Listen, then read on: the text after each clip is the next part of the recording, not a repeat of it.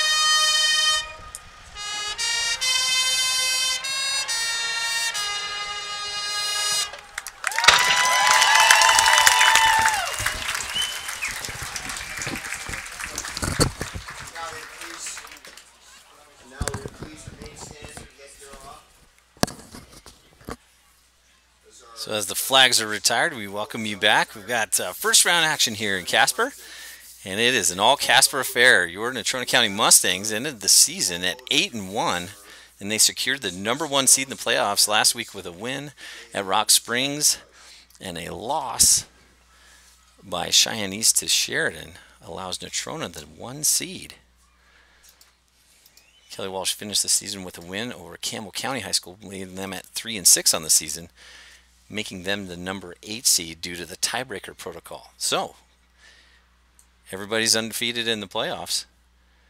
Game 1 is about to begin here in about 5 minutes.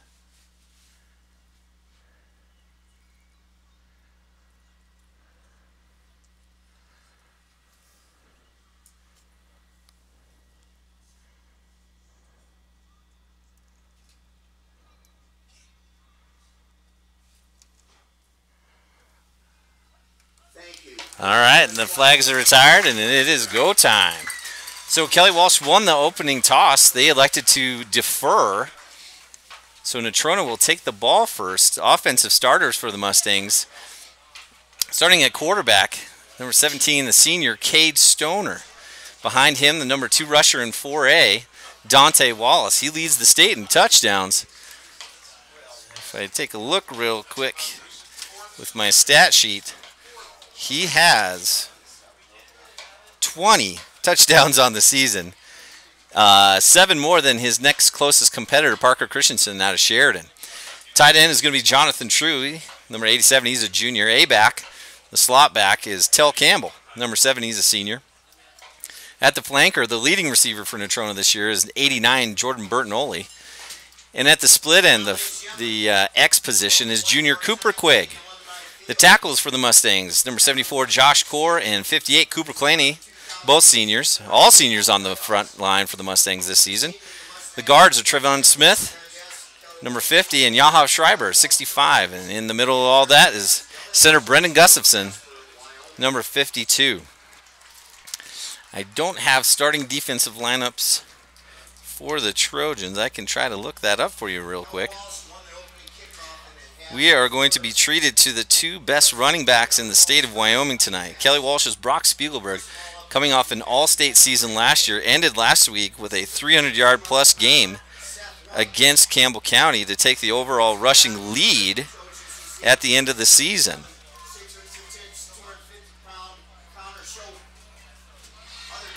So he will be one of the guys to watch for Kelly Walsh. The other one for sure is Davian McAdam. He's a 6'1", 195-pound senior. Excellent basketball player as well. He's the outside threat for the Trojans.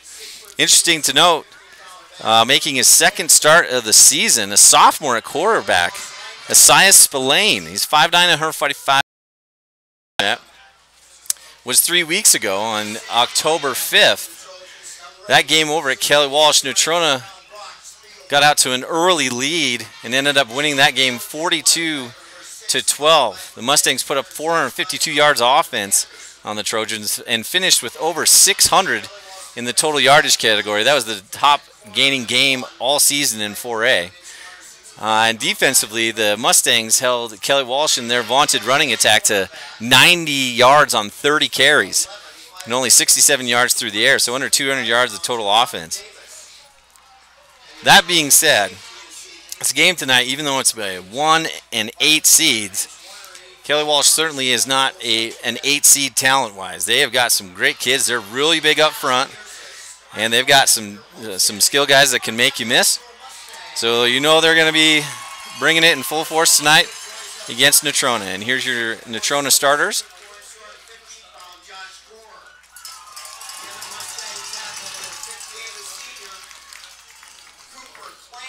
So just as we get through the starting lineups here, Natrona is the #1 rush team in the state. They almost have 1,000 more yards than Kelly Walsh, who is number 2. The Mustangs at 2,800 plus yards on the season, 41 attempts per game, and 38 touchdowns on the ground. Kelly Walsh is second with nearly 2,000 yards on the ground, 36 attempts per game, and 17 touchdowns. Both teams are middle of the pack passing the ball. When you're that good running it, you don't have to throw it. Natrona's number 5, Kelly's number 6. Natrona has 14 touchdowns through the air, 17 interceptions. Kelly Walsh has 8 touchdowns through the air and 13 interceptions. Team offense, overall, Natrona's number 1, averaging 430 yards a game, 56 points per game, attempts per game, 44 points per game, 52 touchdowns with 16 turnovers. Kelly Walsh is the number 5 offensive rated team. They have nearly 300 yards or 3,000 yards of total offense, 21 points per game, 25 touchdowns on the season with 18 turnovers. Defensively, Natrona's rush defense continues to be the dominant force in the state, only giving up 66 yards a game and only allowing 5 touchdowns on the ground. Kelly Walsh is number 8 against the rush, allowing 220 plus yards a game and 19 touchdowns on the season. That's going to be a key this evening, is Natrona establishing the line of scrimmage. Pass defense, they're both middle of the pack again. Both of these teams get passed on quite a bit. It's hard to run on them. Team defense, Natrona is number 1 overall, only under 200 yards a game, 187, 3.7 yards per attempt. They've given up 17 touchdowns on the season. Kelly Walsh is the number 8 overall defense in the state, 340 yards plus per game, giving up 23 points per game. So first round of the playoffs, what a sports night if you're a fan. We've got the Mustangs and the Trojans, round 2. We've got the border war down in Fort Collins in Game 3 of the World Series. I might not go to bed. So yet again, a beautiful night tonight, near 60 degrees. Slight breeze out of the southwest, but nothing like we've ever seen before here in Casper. Still have a little sunlight. Beautiful pictures, thanks to Mr. Madsey and the NCTV crew. They're providing the picture for you again tonight. Zach Nagy's running the board, just like he always does. Getting all the problem solving figured out. He's outstanding. We wouldn't have this without him. Mr. Madsey and the kids up on the roof, ready to bring the action to you. 4A state quarterfinals about to kick off here in Casper. The kick is deep. That's going to go to number 7, Tell Campbell. Tell's going to bring it up the middle. There's a little bit of a hole. He cuts it back to the outside. Good return to about the 25. Tackle made there by Kevin Anderson, the 5'10 junior. And the Mustangs start on their own 25-yard line. Returning to the starting lineup tonight is Cade Stoner. Cade is a senior. He's 6'2", 181 pounds. Tough to bring down. Second leading rusher for Natrona this year. He's been hurt the last couple weeks. Harrison Talbert filled in. Got a couple wins for Natrona. Now the senior back in tonight. 1st and 10. Snap. Up the middle is going to go Wallace, and there's nothing happening there. The inside zone play. It's going to be stopped for about a half-yard loss. As I mentioned before, Kelly Walsh is pretty big up front. They have absolutely one of the bigger defensive fronts. I'll do my best to get you names and numbers. They didn't list them on their program this evening, so we'll do what we can. 2nd down. Outside toss play to Wallace, and he gets about 2 yards on the play. New wrinkle from the Mustangs offense. Actually, they're going to mark him back at the 25, so it brings up 3rd and 10. Kevin Anderson on the play again. He's running outside linebacker. The horse for Kelly Walsh is Spiegelberg. He's number 8. He's in the middle at that linebacker. And Davian McAdam at the other outside backer. Empty set now for Stoner. 3rd and 10. Snap. Cade looks like he's going to take it. It was design draw, but nothing doing on that one. Stuffed up the middle by Seth White, the 6'2", 200-pound senior from Kelly Walsh. And Natrona starts with a 3 and out.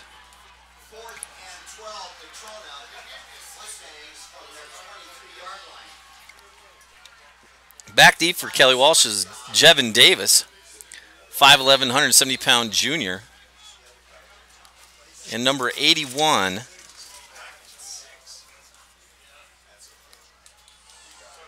Zion Graham. Ball is going to hit about the 49, 48-yard line in Kelly Walsh. Good punt by Ryan Sorensen.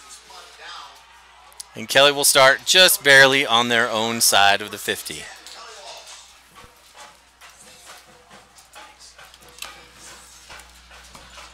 Well, just a quick recap since we joined you last time. Last game we had here is Natrona defeating Cheyenne Central 51-14. And a big night for the Mustang seniors on senior night. And they went to Rock Springs last weekend and won 49-14. Big win on the road, earning them the 1 seed and the right to host this game tonight. All right, 1st down for the sophomore.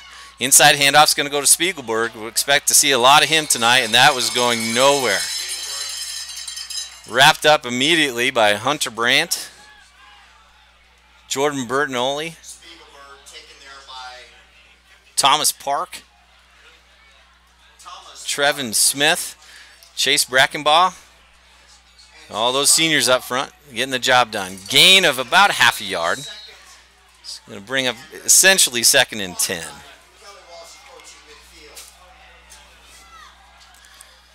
Spillane. Toss outside to Spiegelberg. Spiegelberg cuts it back up. You're not going to see a tougher runner. The kid runs really hard. He gets almost to the outside. A gain of 2. That's going to bring up 3rd and 8 for the Trojans. No mysteries tonight. Both these teams are going to want to run the ball. That is their strong suit. Into the game, number 2, Sage Coventry, the 6'4", 180-pound wide receiver. He also plays a little quarterback for the Trojans. Just under 9 minutes to go. First quarter. No score. Kelly 3rd down and 8 on the 49 of Natrona. Spillane drops back. Throws it out to the outside, and a good play by Tell Campbell. Comes through the ball. If he had another second, he might have been able to step through that, and that would have been a pick 6. But instead, it's an incomplete pass intended for Emery Yusuk. Emery's a 6', 170-pound junior, and he's a speedster, probably one of the faster guys Kelly has. So 2 drives to start the game, 2 3-and-outs.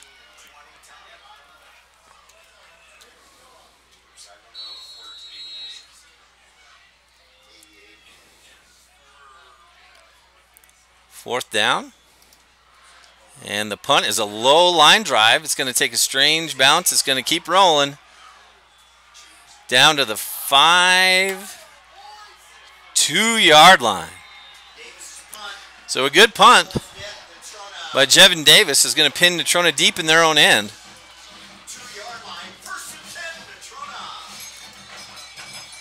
The sun starts to go down to the west here. Natrona gets their second shot at possession with the ball. We're going to try and keep you updated tonight with all the scores around the state. Also see if we can get an update on Philly volleyball. They lost a 5-set match today to the number 2 seed, Cheyenne Central. So I think they'll have to play again tonight. We'll see if we can find updates on that. So dangerous territory here now. The Mustangs on their own 2. Stoner in the backfield. The fake inside to Wallace. It was kept by Stoner. He dives to make sure he gets out of the end zone. Returns about to the line of scrimmage. That's the old read option. Couldn't quite see if he had a lane there or not. Not sure if he fell down or somebody grabbed him by the ankle. The end result, though, was a loss of about a yard. So 2nd and 11 on their own 1. Now Natrona in what they call their train set. Got a bunch of big guys in there. Here goes Dante Wallace up the middle. He breaks it free. He's still running. Out to the 14-yard line, 15, and a big first down. First one of the game for either squad. And we might see this formation for a little bit now. They got the beef in there. So 59, Thomas Park, and 51, Nick Frimmel, are in the backfield at fullback. Talbert hands it off to Wallace again. Ball goes up the middle, and Wallace has another big hole. About a 7-yard gain up to the 21.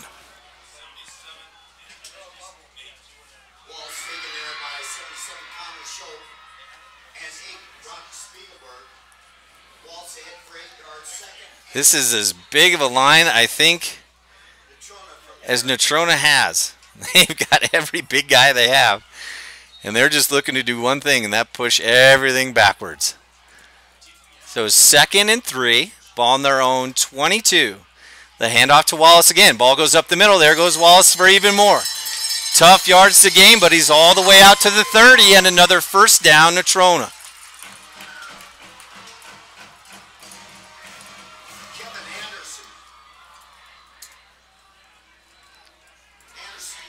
That interior front from Kelly Walsh, they've got some big guys they got to push through. 76, Cameron Mellon, 6'5", 310-pound senior. An all-stater from last year, a great player. So first down, Natrona on their own 30. The same play again, Dante Wallace, and he breaks it to the outside. This is where he want him. He's out to the 50, to the 49 of Kelly Walsh, and another first down. The same play 5 times in a row. Why not? And Natrona is on the Kelly Walsh side of the 50. And Kelly is going to have to take a timeout. Boy, for a drive that started on their own 2-yard line, Great adjustment by the Mustang coaching staff to get that big group in there. And they've run it all the way out to midfield. 6:36 left, first quarter. No score from NCHS. Once again, we'd like to thank Bo Covert and Platte Valley Bank for sponsoring us tonight. You can see their logo up in the top right corner there. Make sure you tell them thank you next time you see anybody from the bank or see Bo out, if you can catch him between hunting or fishing trips. Thanks a lot, Bo. Appreciate it.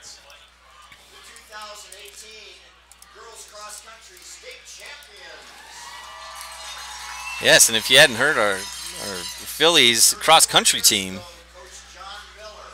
won the state championship in Sheridan last weekend. Won it by 21 points. That's the first time in 34 years. So congratulations to Coach Sondag, Coach Olson, and the Philly runners. Exciting times. It's a young crew too. Only one senior in that scoring bunch. So back at it now. Natrona with the ball. 1st and 10 on the Kelly Walsh 49. They're going to blitz up the middle now. The ball's given to Wallace, and there he goes again. Still running out to the 40. Still running out to the 38. An excellent effort up front. It's just a melee out there, a rugby scrum. And we'll have to see how they can get a penalty out of that. I'm not sure unless it was a late hit. Personal foul, late hit on Kelly Walsh. Well, when you're getting pushed for at least 12 yards and there's nothing you can do about it, that's got to be frustrating. So the result of the play is going to stand, and it's going to tack on 15. Didn't get a number. Automatic first down.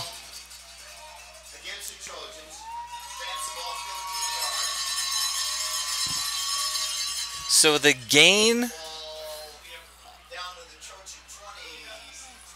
of about 15 turns into a gain of 30 with the penalty. So here we go again. Talbert, the sophomore in at quarterback. Holy smokes, that's a lot of beef up there.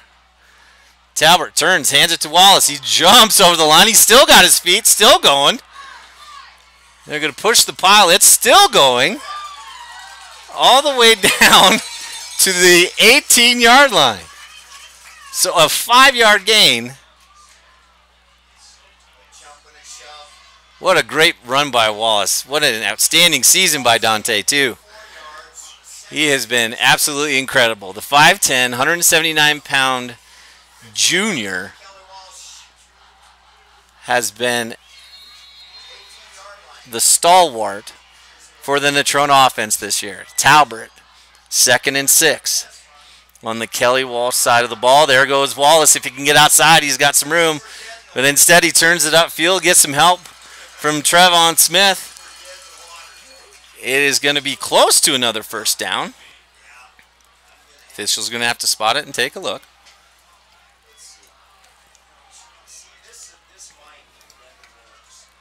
First down indicated by the officials. So that's going to put the ball down at what looks like the 12-yard line, 12 and a half.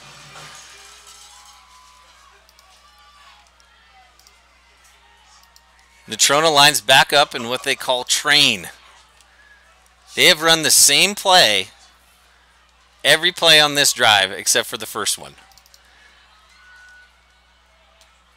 The turn, the give to Wallace. Tries to break it outside, not much going there, but he stays on his feet, still running down to the 8-yard line. There's a flag in the backfield this time. This might be a hold.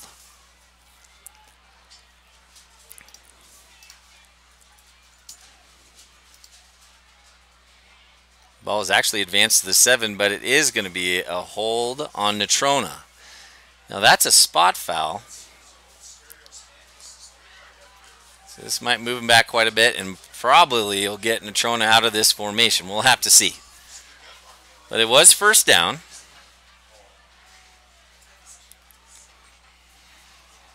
Just a few seconds over 5 minutes left, first quarter. No score from Cheney Alumni Field.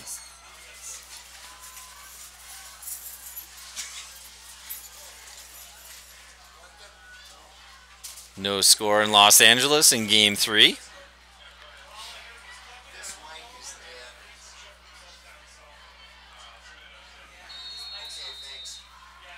And we'll keep you updated with the scores from Fort Collins as well. All right. So the Mustangs out of their formation now. They're going to go back to what they normally run. 3 wideouts and 1 tight end.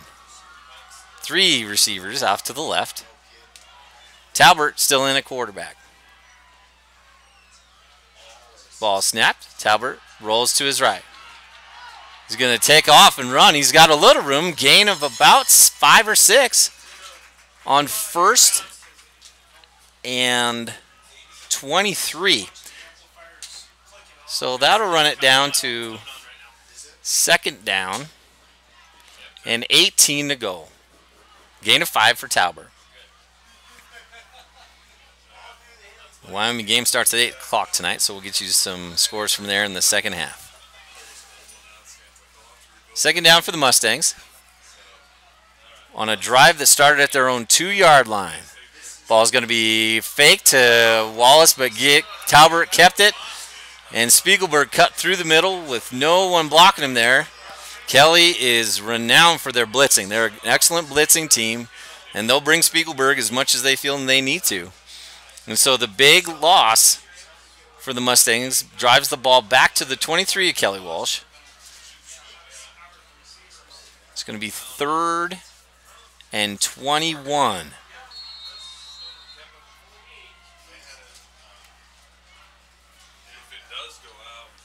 Every other game in the state is scoreless except for Cheyenne East leads Laramie 7-0 in the first quarter.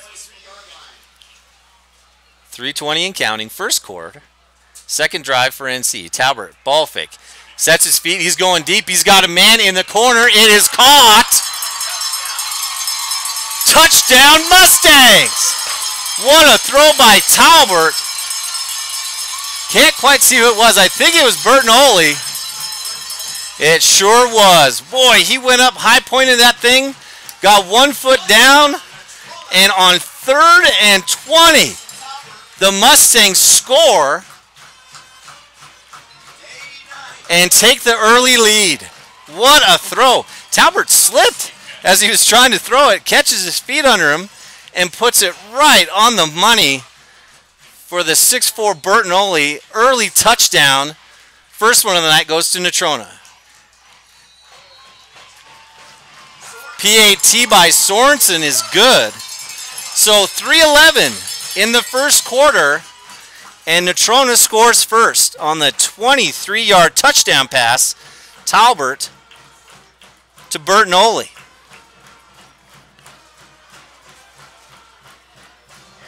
Well, just when you thought the Mustangs might have lost a little momentum on the penalties and yards for loss, what a great throw by Talbert to give the Mustangs the early lead. Ryan Sorensen taking over the kicking duties tonight. Injured Jet George, the senior. He won't be able to play this evening, so the junior Sorensen is going to be taking care of the kicking duties. And his PAT makes it 7-0 Natrona with 3:11 here, first quarter. What a throw and catch.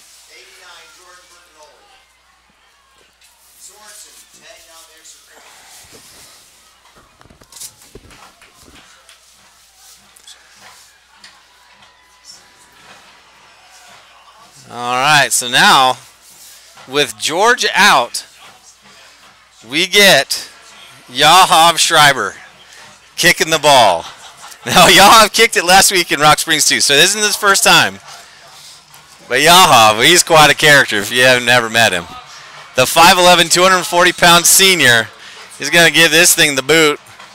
Nice low squibber kick. It's going to bounce all the way down. Oh, boy, it almost stayed in bounds. It's out of bounds at the 8-yard line. If you've seen our broadcast before, that's not uncommon. Natrona operates with the theory that that's better to give it to him on the 35-yard line than it is sometimes to be able to set up that return. Delayed game penalty.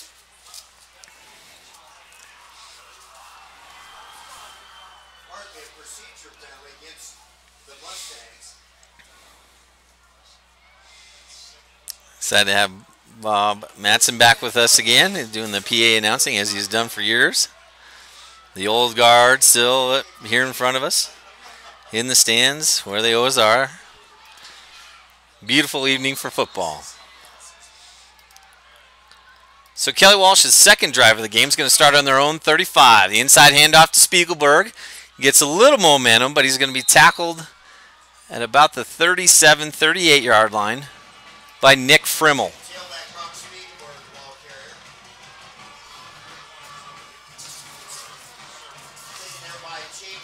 Excuse me, that's number 71, Karsten White, the 5'10", 264-pound senior.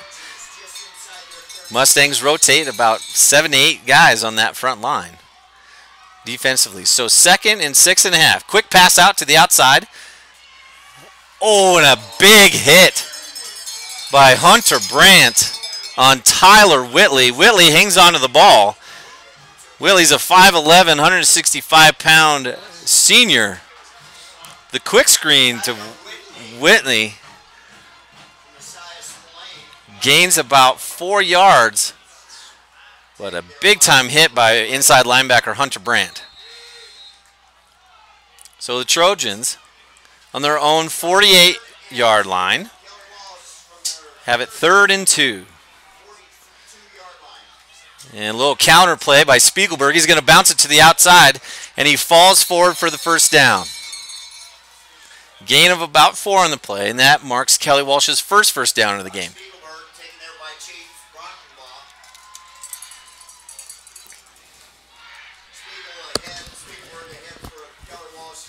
It's a bit of a wrinkle for the Trojans. They're usually a pretty straight-ahead I team. They'll lead up that fullback. Every once in a while, they'll run a counter. McAdam and Spillane into the huddle.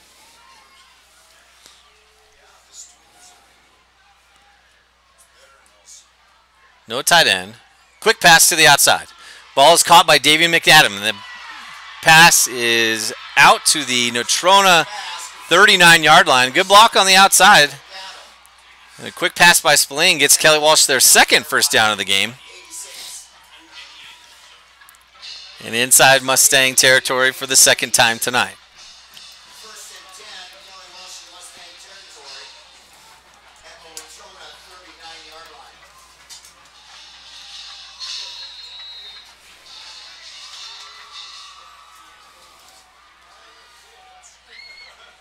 line. They're certainly setting up the deep ball with that play. All right, inside trap. That's going to go to Spiegelberg again. Not much doing up the middle for the leading rusher in 4A. He's going to get about a yard there,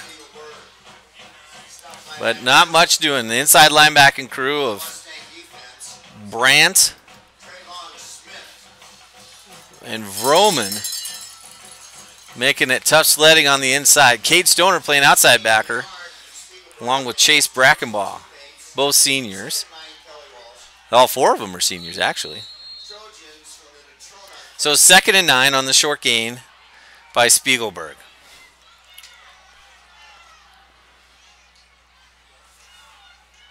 Toss coming outside. Not much happening for Spiegelberg there. Good, solid tackling. Bit of a hold on that play. I'm not sure if they saw that. I'm sure you all did at home, as we did here. But the result of the play is actually a loss of 1. Bringing up 3rd and 10 for the Trojans. That actually might have been the last play of the quarter.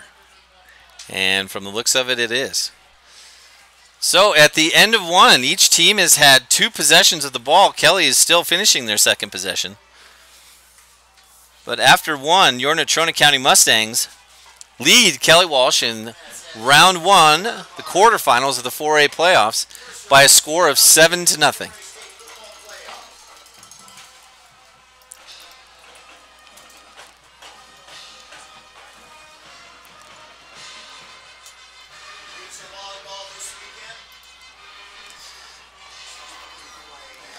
See if we can get a few volleyball scores going for you.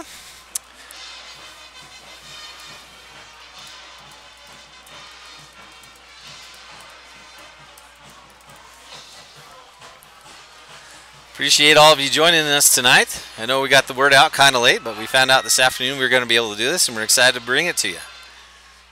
So spread the word. We'll see how many we can get up to watching this evening. Great night for football. Quite a few people here. Stands are full on the east side, over where all the Kelly Walsh fans are. And a good crowd here on the west side as well. So first play, second quarter. Kelly Walsh drops back. They're going to throw. Passes incomplete. Dropped by Coventry. Good coverage on the play again by Tell Campbell. Mustangs brought pressure off the edge there. Spillane got rid of it fast enough, but Coventry wasn't able to hold on. It was a good throw. So the punt team comes on again for Kelly Walsh. Ball on the NC 39. Now last time, the punt rolled all the way back to the NC 1 yard line. So probably going to try and avoid that this time. Snaps back to Davis. Ball's nearly blocked. That one's got a lot of momentum on it, and it's going to bounce and go into the end zone. Nice job by Jacob Deese to let that one go.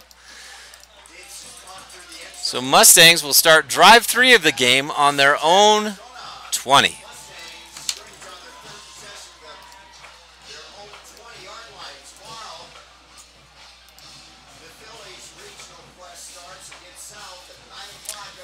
So the Phillies, after losing today, they're going to have to play tomorrow at 9 o'clock. They face the Cheyenne South Bison. South is the 4 seed from the Southeast region. So good luck to the Phillies tomorrow. So tonight it's all Mustangs and Pokes. Talbert remains in the game at quarterback. After that fantastic throw and catch to Bertinoli for the touchdown on 3rd and 20.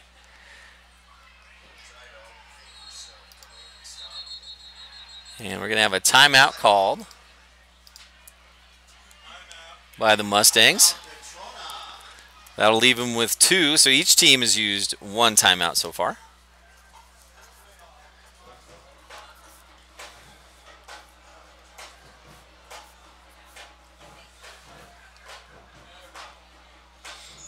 Mustang Marching Band providing us with the sounds. Got the cheerleaders out front. Coach Baker with her girls. It seems like they are everywhere. There are so many cheerleaders are running around school this year. It's really something. Great to see those numbers growing. They've got a good thing going.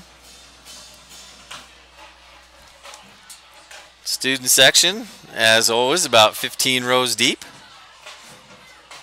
Had a nice pep assembly yesterday in the brand new Dalton Gymnasium. The MAC building to the west of the school here, behind us in the stadium.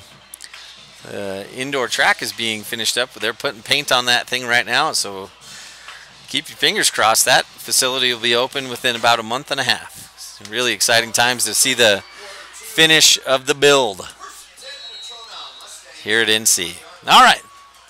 So after the timeout, the Mustangs back to the same formation. Looks like the same play. It's going to be a roll out by Talbert. He's rolling underneath. Ball's low to Tell. He got rid of it quickly. He was just a little bit low on the pass.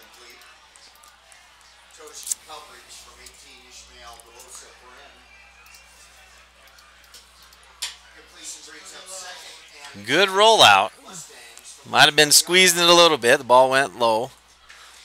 A little too low for Tell to grab. So the incomplete brings up 2nd down and 10.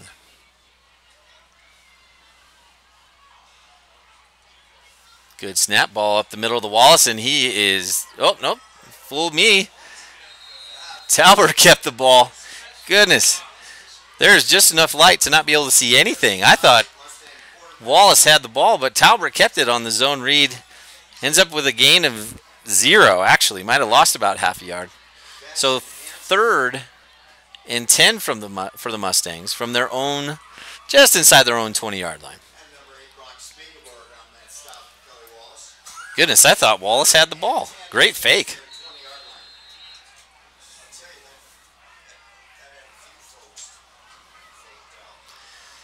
So 2 receivers to each side. Talbert drops back.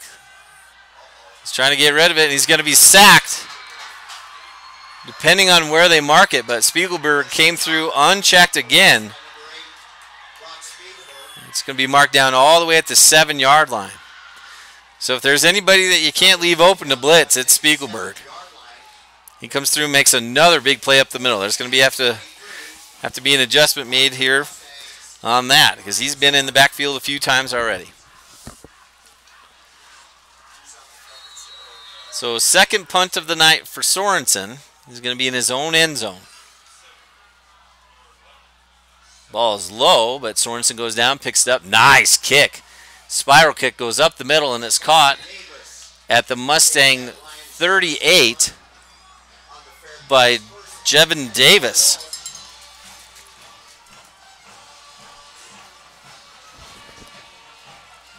Trojans from the Mustang 38-yard line.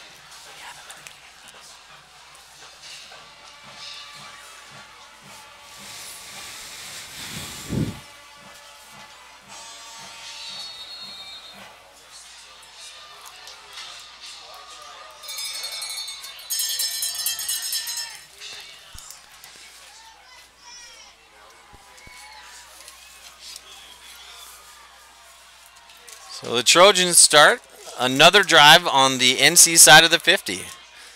Spillane, he's going to keep it himself, and he is going absolutely nowhere. Good fake to Spiegelberg. Slowed him down for a second, but it ends up being a loss of 1. Good pursuit by that defensive front. Looked like Cade Stoner and Jordan Bertinoli in on the tackle. Loss of 1, 2nd and 11. Kelly lost scrimmages from the Mustang 39-yard line. Under 10 minutes now, second quarter.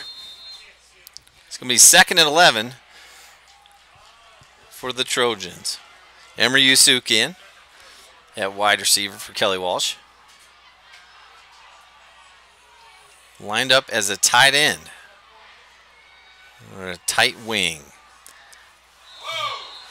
And movement up front by the left side of that offensive line. That was Mellon and Yusuk. That would march the Trojans back 5 yards. Gets the Trojans, brings the ball back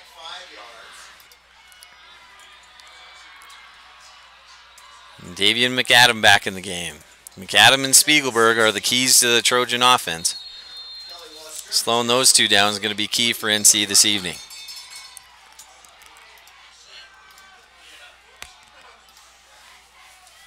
McAdams at the tight end on the right. Straight drop back, looks like Spillane. Good pass and a good catch by Coventry. And with all that action on that play, Campbell with the tackle, good follow-up hit by Stoner. Leaves Kelly with a 3-yard gain and puts Kelly Walsh in a 3rd and long again. 3rd and 12. Ball right at the Mustang 40.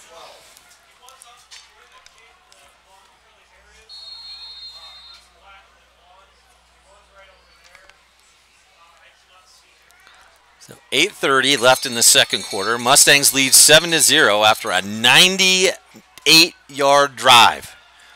Ending with a touchdown. All right, Spillane.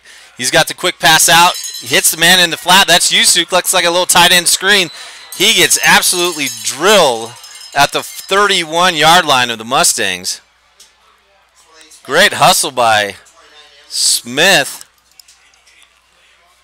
Short of the yard to gain by about 3 yards. Boy, that Mustang defense is flying around tonight. There have been some really big hits already this evening. So Kelly's going to go for it.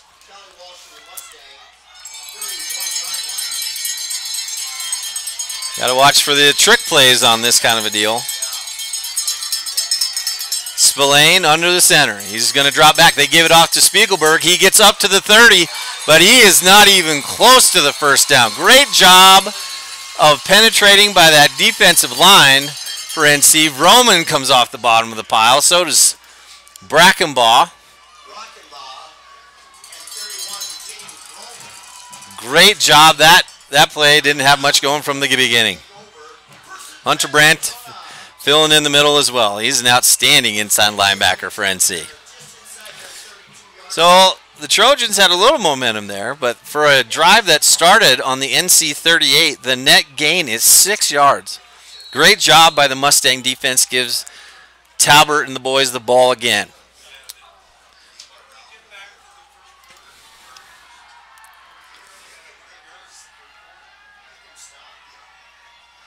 Inside handoff's going to go to Wallace, and he's got a lot of room. He's still running. Big hit there by 52. That's Gavin Thomas. He's a 5'10", 260 junior. He was pretty busy last game too. He's a tough player. But the yardage of gain out to the 37 of the Mustangs, so they're going to have about 3.5 to go for the first. Talbert, inside handoff to Wallace again. Wallace gets hit in the backfield, but he spins out of it. Continues to spin out of the tackle by Spiegelberg. And he's run out of bounds at the Trojan 49-yard line. I'm not sure that I can remember seeing a running back that has broken more tackles than Dante Wallace this year. My goodness. Great effort by the junior. It is not easy to break out of the grasp of Spiegelberg. So 1st and 10, ball on the 49 of Kelly Walsh. Inside, handoff goes to Wallace again. Good blocking up front. Wallace is untouched for the first 5 yards. Still going and run out of bounds, depending on where they mark it, but it's going to be close to another first down for NC. Coventry on the tackle, but not after another 11-yard gain. And the Mustangs are getting everybody covered up front now. Dante was at least 5 yards deep into the backfield before he even got a hand on him. Great job by all those senior linemen up front.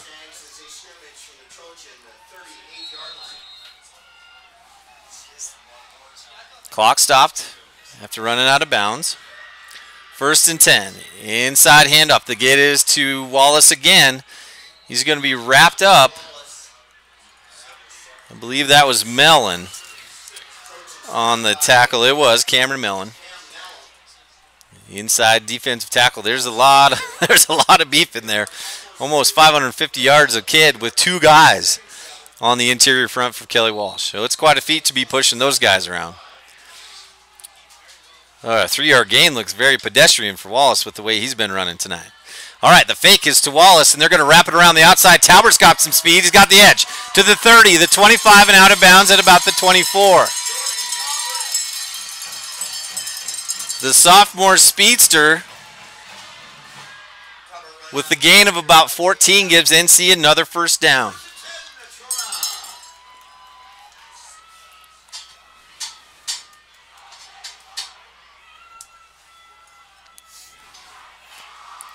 Saw that play drawn up on the whiteboard this week. It looked good then, and it looked good there. So now the bunch formation for the Mustangs. Talbert, the handoff inside to Wallace. He's got it through, and there he gets hit by Spiegelberg. And Spiegelberg rips the ball away as Wallace tries to spin out of the tackle again. And Kelly Walsh comes away with it on their own 30.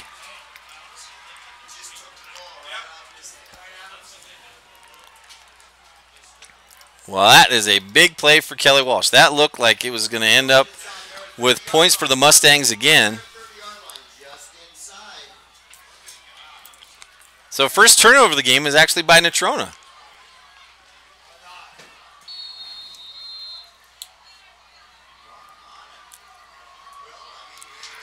Team that doesn't turn it over very often. Turns it over here in the second quarter. 6:32 to go, first half. Kelly with their worst starting field position on a drive so far tonight. Spillane, low snap. Ball's going to be quickly thrown out to the flat, and that's dropped by Coventry. Ball was a little bit low, but I'm not sure where else he would have put it.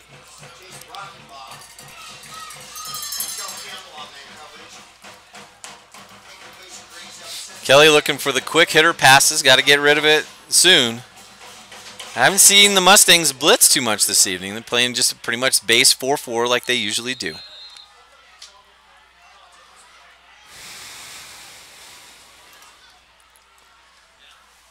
So 2nd and 10. 2 receivers to each side of Spillane. The sophomore getting his 2nd start of the year. It's going to be a quick pass. Oh, the ball's almost tipped by Hunter Brandt, but it's caught by Davian McAdam. He's run out of bounds. I'm not sure where the spot is.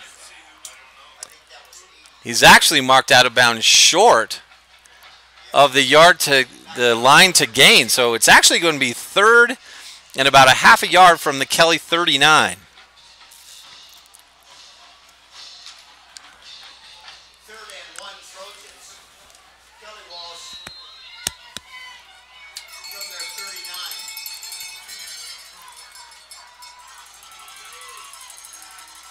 Trojans on their own side of the 40. Trying to draw the Mustangs offside. They're just going to go quarterback sneak.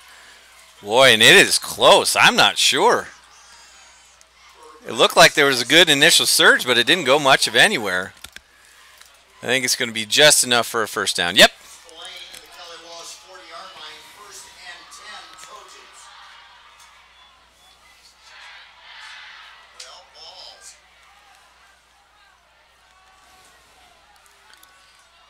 The ball is set, and the clock will keep running.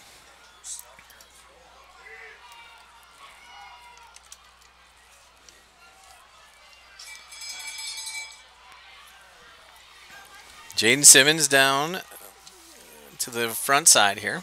Motion to the left. Going to be a toss and student body left by the Trojans and nothing happening.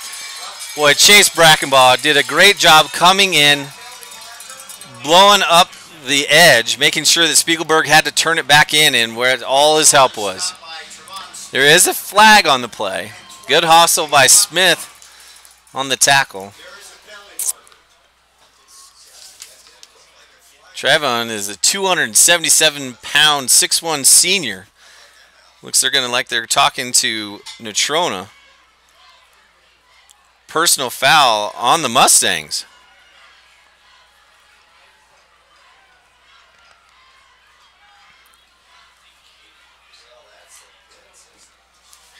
The mic's not really working for the officials, so I can't get a good idea of what the penalty was. I'll try and see if I can hear.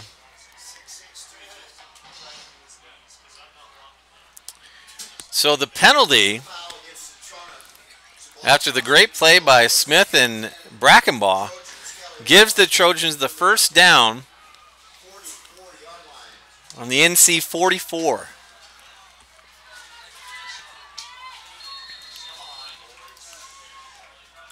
Two backs in the backfield for Spillane. It's going to be a pass. Ball's on the ground. Spillane has to pick it up. He somehow gets out of there, but he can't get back to the original line of scrimmage. Just swarmed under for a loss of 1. He took a couple good hits there, too. Shaking his head a little bit as he jogs over to the sideline to get the play.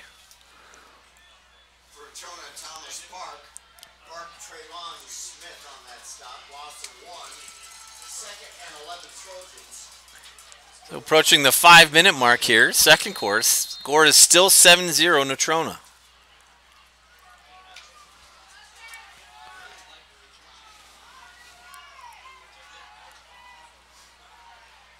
Second down. Toss to Spiegelberg is going nowhere. Excellent blitz opportunity. Actually, that wasn't even a blitz. That was Brendan Gustafson knifing through. The penetration marks the ball all the way back at the Trojan 49. Big time play by the senior inside defensive lineman. Goodness.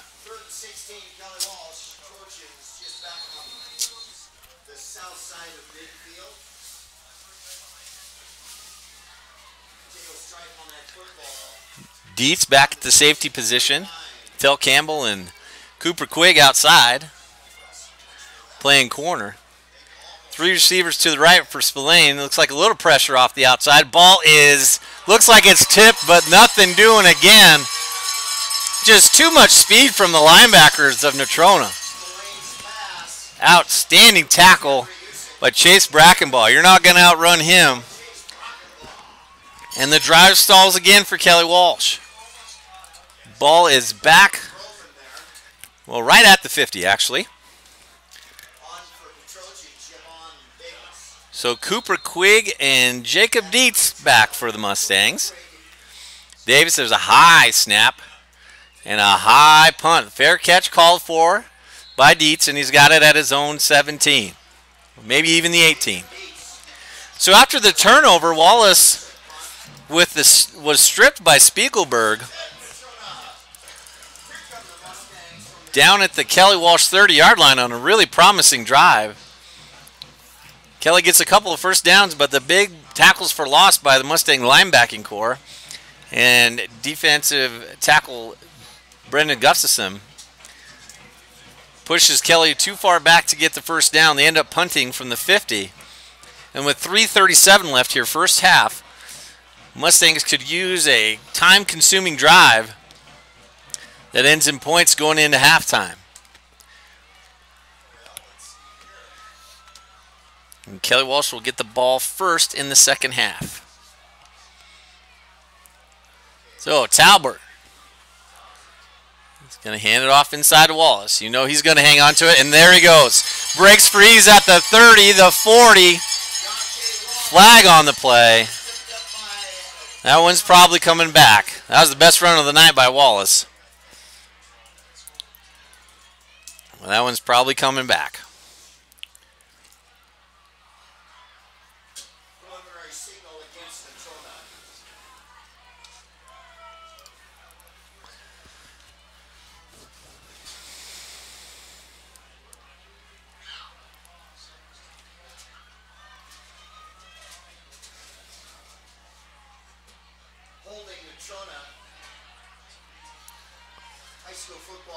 So the penalty is marked from the 20-yard line, so it's going to be 1st and 18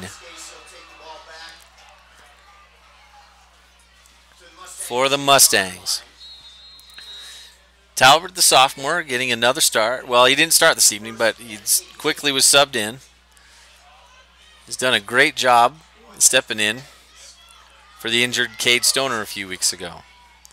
So, first down, inside handoff to Wallace again. He's going to put his head down just like he's been doing all night. And not much going on the inside. Tackle was made by Luke Nathan, the 5'11", 170-pound junior. And Thomas Shelton.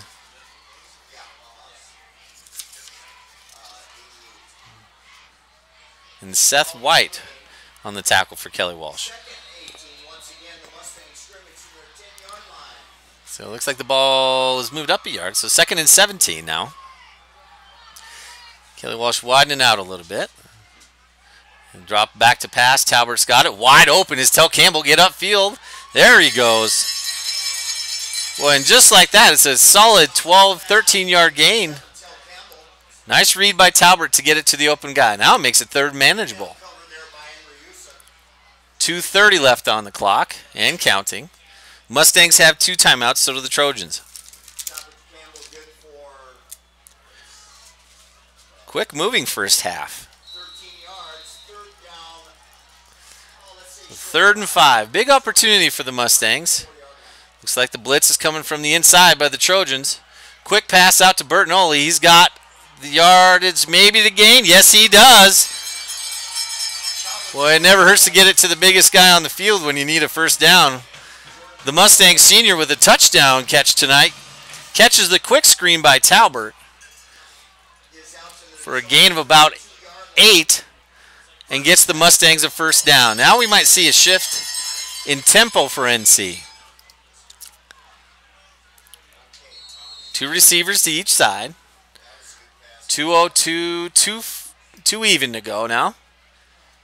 First half, Talbert with the give up the middle. Nice cut by Wallace, where they're really trying to pull that ball out there. But you're not going to be able to do that to him all night. He will break that for a touchdown. So an 8-yard gain gets it out just past the 40. Mustangs was second and short. Minute 37 and counting.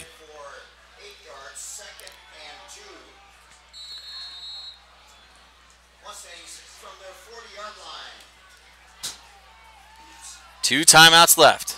3 receivers, 2 to each side. Talbert with the snap. Play action fake. He's going to go deep. He's got a man, but he overthrew it a little bit. Looking for Cooper Quigg. The incomplete stops the clock with a minute 13. Second quarter. Not the worst thing that can happen there. It does stop the clock. You've been averaging about 8 yards a carry on the run.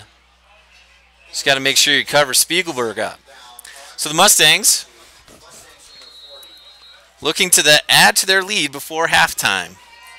Leading 7-0. Snaps to Talbert, and it's going to be a give up the middle to Wallace. Weaves through a couple guys.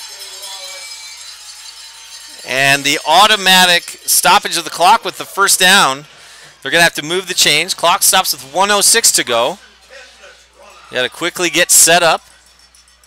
And you can snap that ball as soon as they wind the clock. 4 receivers into the game now for NC. Kelly with 1 safety over the top. Whitley and Coventry at the corner. Talbert with a minute even to go in the first half. Looks like he's got the ball. He's going deep. Wide open over the middle was Tell Campbell. Just a little bit behind Tell. Great play call. There was no one there for Kelly Walsh. Tell might have been running for days. Instead, the clock stops with 57 seconds left. It's going to be 2nd and 10. Ishmael Bujosa Perrin, the 5'11", 185-pound senior back at safety. He's got some speed. He can't throw it over the top of him very easy.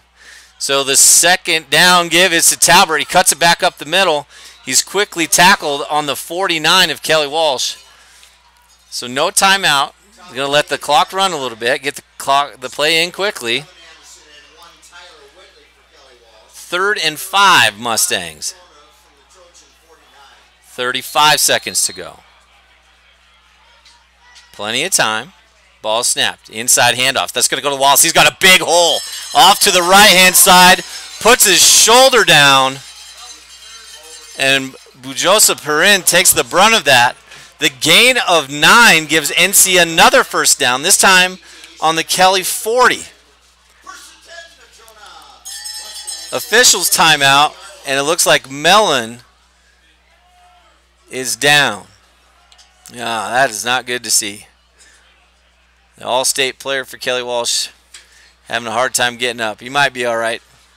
This is going to cost Kelly Walsh a timeout, I believe.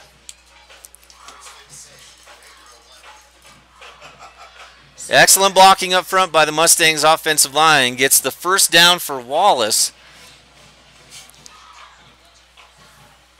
24.9 seconds left.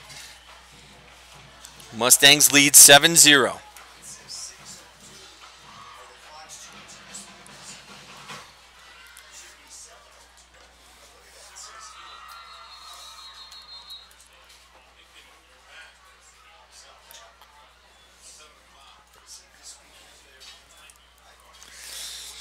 All right, so after the injury timeout, and again, I'm not sure, that usually counts as a timeout against the team that has an injured player.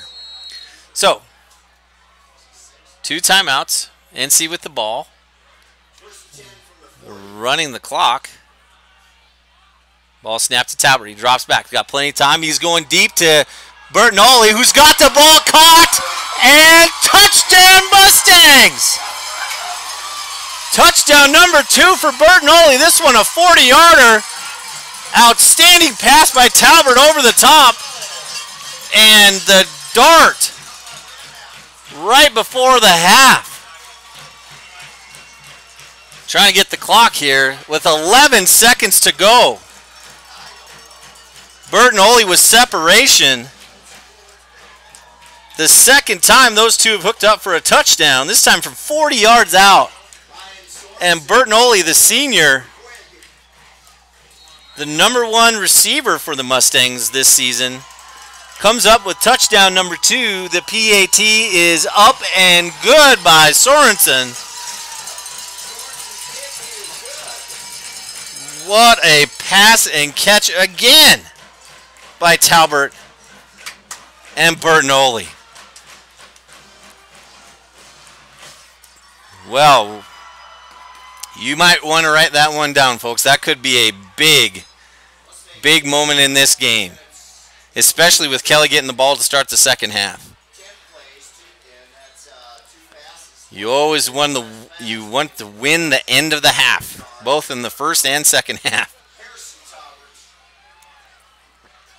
Wow. What a throw and catch. Talbert looked off the safety, goes over to the top. Bertinoli separated himself from Coventry. And the 40-yard pass and dive in by Bertinoli gives the Mustangs the 14-0 lead with 11.7 seconds left, first half. What a catch. Great effort by Bertinoli. So the big guy, Yahav Schreiber, is going to do it again. He had some crazy English on that last one.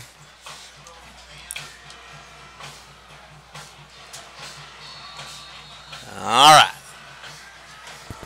Not looking for any sort of return by the Trojans here. Ball is kicked high and deep to the right and out of bounds. Ball is recovered by 85 Caleb Cockrum, the sophomore. Kelly's playing a few young guys here late in the season. So as each possession gets progressively worse in the starting position for Kelly Walsh, this one's going to begin on their own 22. 9.9 seconds on the clock. Man, that was quite a play. I'm still trying to catch my breath.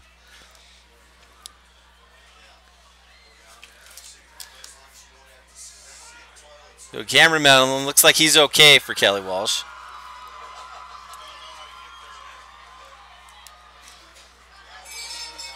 And Spillane drops back in the shotgun. He's going to drop back. He's going to go over the middle. Pass is caught by Yusuk. Makes one man miss.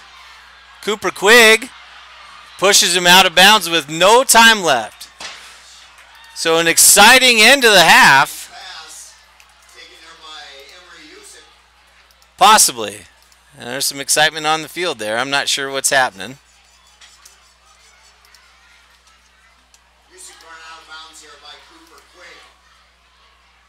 And we'll have to see what the officials say. I'm not sure how long that play took. They had 9.9 seconds, I believe.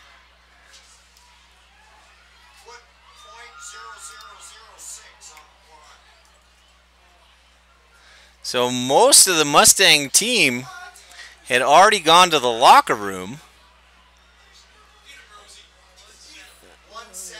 But it looks like the officials are going to say put 1 second back on the clock.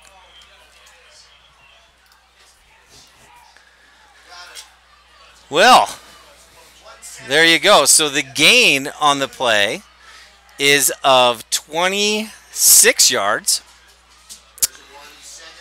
And gives Kelly the ball at their own 47 and time to run one more play. So 4 defensive backs deep for the Mustangs. They're going to bring pressure up the middle. Ball's thrown and incomplete. Nothing doing. So all of that for an incomplete. And the first half has come to an end. So as it usually is in the playoffs, tight first half finishes with a touchdown pass by Harrison Talbert to Jordan Bertinoli, the 40-yarder, gives the Mustangs a 14-0 lead going into halftime. I'll do a scoring recap here in just a moment. Get you some updated scores from around 4A. and the local team, so we'll try to get you some updates from Glen Rock as well.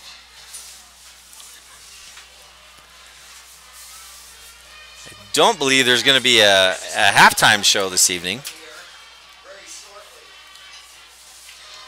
but there very well could be. It doesn't look like the band's out there. So we'll recap the scoring here at Cheney Alumni Field at halftime. 15-minute half. Going to give us some time to review some things. So to begin the game, both teams went 3 and out. And on the second possession of the game, Natrona started with a ball on their own 2. Lost a yard on first down. Changed formations, went with essentially 9 linemen and marched it all the way down to the Kelly Walsh 20, and on a 3rd and 18 play, down to the 23, on a 3rd and 20, Talbert hits Burtnell for the 23-yard touchdown pass. Just a fantastic throw in the corner of the end zone, right near the pylon. Bertinoli goes up, catches it, high points it, just like you're taught to do, gets 1 foot down, and the Mustangs lead was 7-0 following the Sorensen PAT. That ended the scoring for the first quarter. So after a few drives back and forth, the Mustangs got the ball after a nice defensive standoff of a turnover. They received the ball on a fair catch at their own 18 with about 2 minutes to go in the first half. Mustangs march the ball all the way down, have the ball on the 40-yard line, and they go deep again to Bertinoli. This time a 40-yard pass with 11 seconds to go in the second quarter. The ball was caught at about the 4-yard line. Bertinoli barely had his step, had one more step to leap into the end zone, made it to the goal line, and the touchdown stood. And the Sorensen PAT again made it 14-0 Mustangs, and that ends the scoring for the first half. So in a game that was, quite frankly, kind of a blowout about 3 weeks ago, is much tighter here in Week 1 of the 4A playoffs. Speaking of Week 1 in the playoffs, we'll look around the state. So our score here is 14-0 Natrona County. In the second quarter, Laramie and Cheyenne East are tied at 7. That game in Cheyenne. I know Cheyenne's starting quarterback. East, the only team that beat Natrona this year on a late touchdown by this quarterback. Their quarterback actually was injured a couple weeks ago. So East is a different looking team, and they're having a hard time with the Laramie. That's a 4-5 game, the 4 and 5 seeds, getting after it there at Oakey Blanchard Stadium in Cheyenne. The number 3 seed, Sheridan, is beating Rock Springs 34-0. That game up in Sheridan. Still time left in the first half. So the Broncs look to move to the semifinals yet again. And the number 2 seed, Thunder Basin, they finished 8-1 as well. Their loss was to Natrona County here in Week 5, I believe.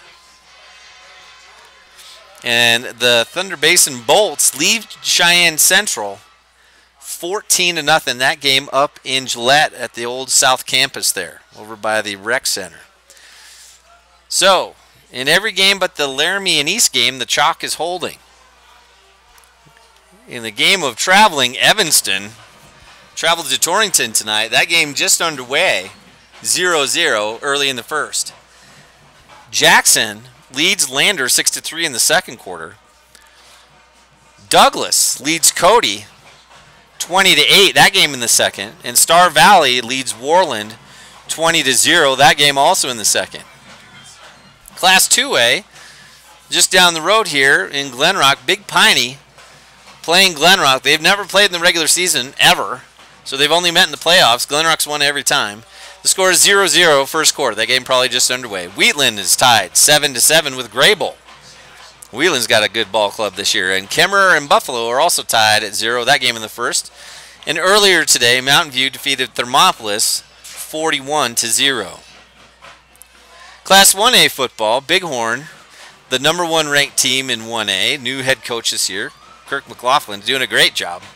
He's got the Bighorn squad up on Wind River 61-0 in the third quarter. That game with the running clock. Also with the running clock is Pine Bluffs leading Shoshone 54-0. That game in the fourth quarter. Cokeville defeated Wright earlier today 61-8. And Rocky Mountain and Upton Sundance, the Patriots, they're tied 0-0. That game in the first quarter. Six-man, Burlington, who has just dropped down to six-man this year, a perennial 1A power, they defeated Hannah Elk Mountain, or HEM as they prefer to be called, 61-36. Now, HEM was up 30-19 at half, and Burlington scored, well, that's a lot of points unanswered. I'm not going to do the math real quick. About 42 points unanswered to win against HEM. Meeteetse leads Guernsey Sunrise. The Vikings trail Meeteetse 14-27. That game in the second. Little Snake River defeated KC 71-18. That means there's going to be a new champion in six-man this year. And Farson Eden, the #1 team in six-man. This is not a typo, folks. It was 90-22. Holy shnikes. Those refs don't get paid enough. So, there's your score rundown of playoff football in Wyoming tonight. We'll get you caught up as we go.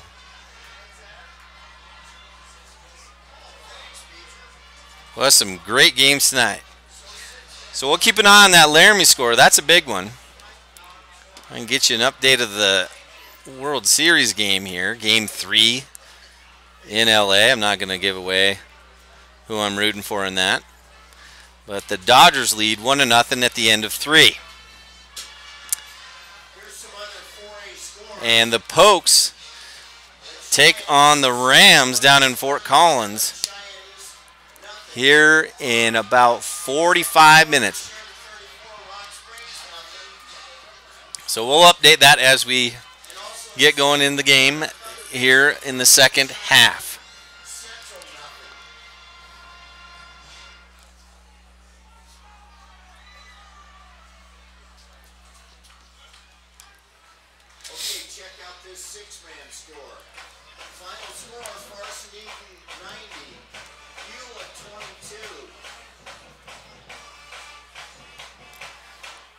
So we're going to take a short break here.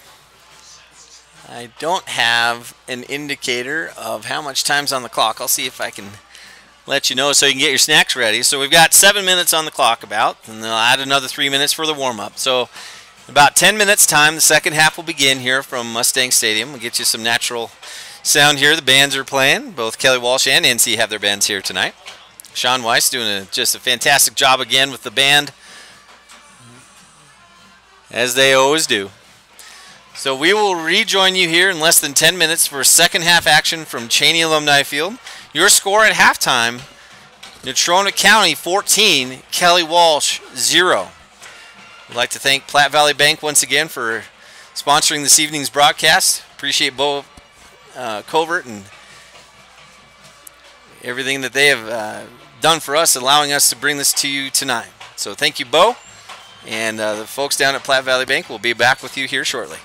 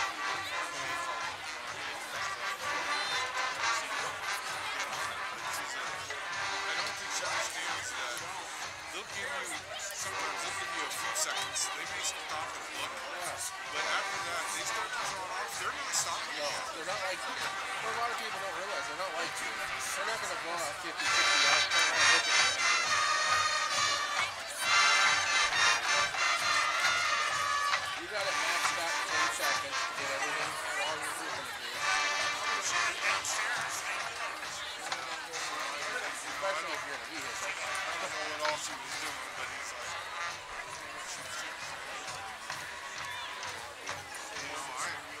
but when I saw this bull, I had no idea what size he really was. I knew because they were off the side of a ravine out in September, cutting out away from me. And I could see him going through the trees. I could see he had horns. I just didn't know how much. You know, and then when we got to the spot, I just like,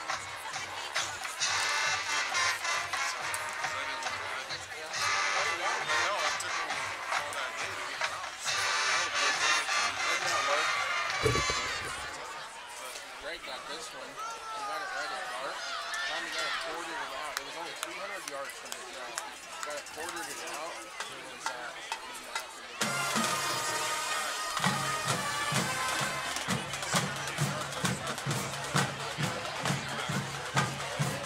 but they were little alley decisions too. Not a very big one.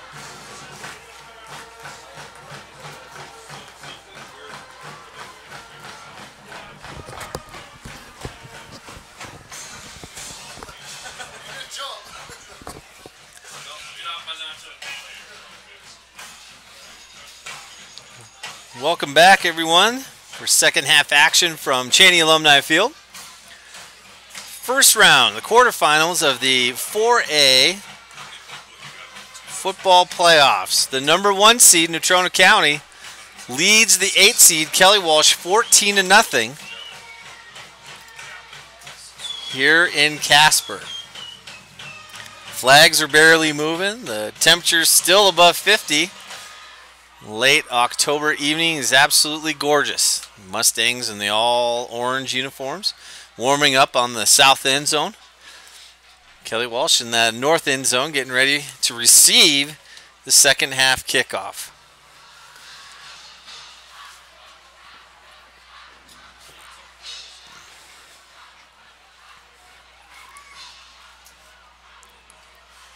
So as we left the first half there, just wanted to reiterate our appreciation to Platte Valley Bank and their sponsorship of tonight's game.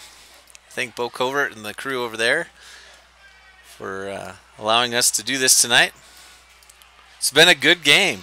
As I mentioned at the beginning of the broadcast, Kelly, they're an 8 seed, but they are not an 8 seed talent. They've got some real talented players on that team, and they've come to play tonight. They've done a nice job managing the game, limiting possessions for Natrona.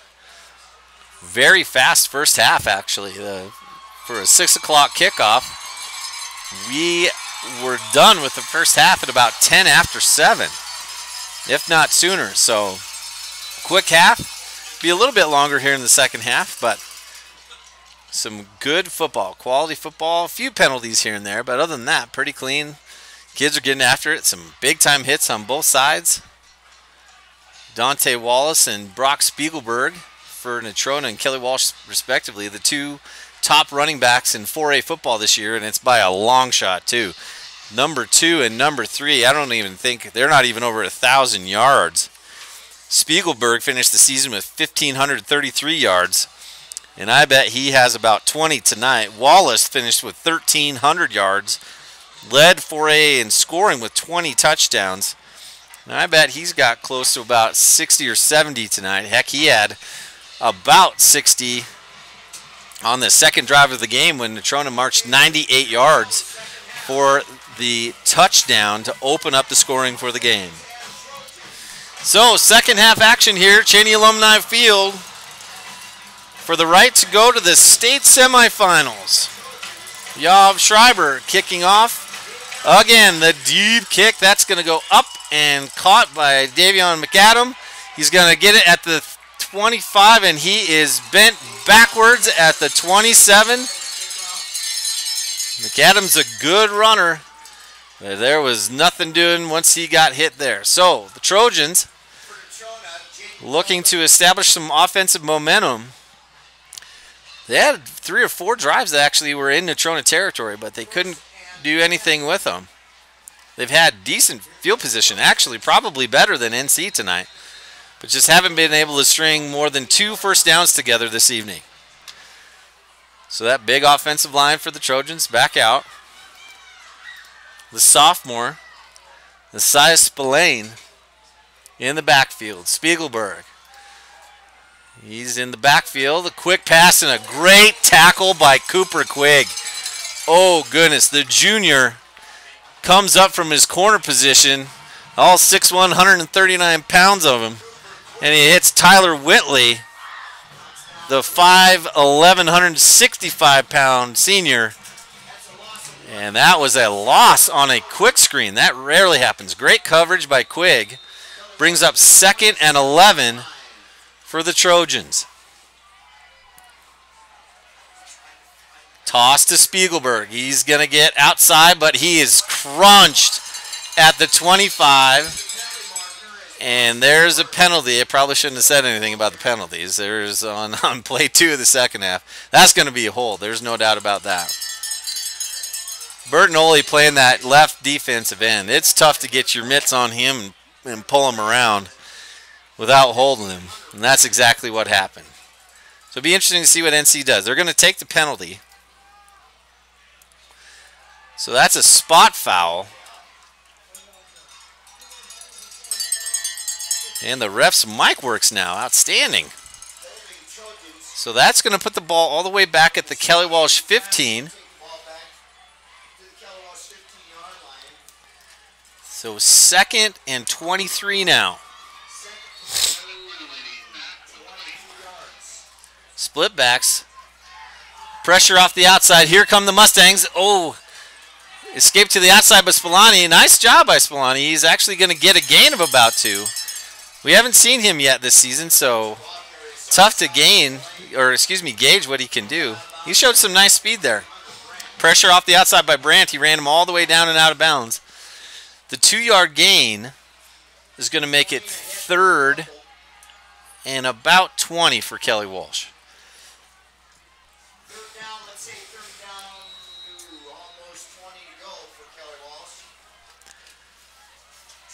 Just the beginning of the second half here, third quarter. Mustangs leading 14-0 over Kelly Walsh. Slight breeze out of the west, southwest. Spillani in the gun. Pressure off the outside. Brackenbaugh is coming through the backside. Passes over the top and caught by Davian McAdam, I believe. Great catch by McAdam. They're getting the ball out quickly. Natrona does a good job blitzing and creating pressure. They haven't been able to get to Spillani yet, but the pass is going to be well short of the yard of gain for the first down.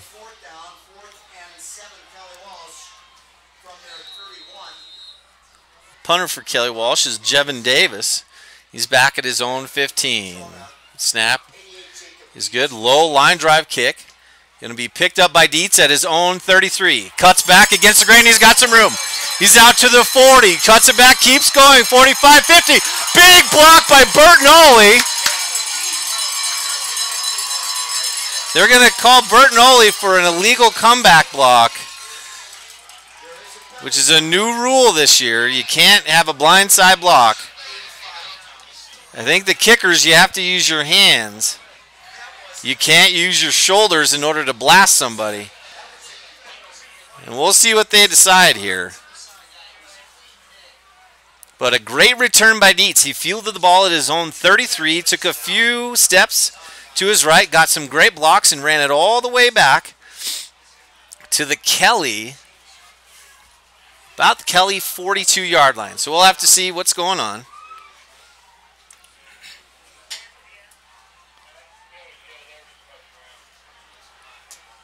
Let it all get sorted out here.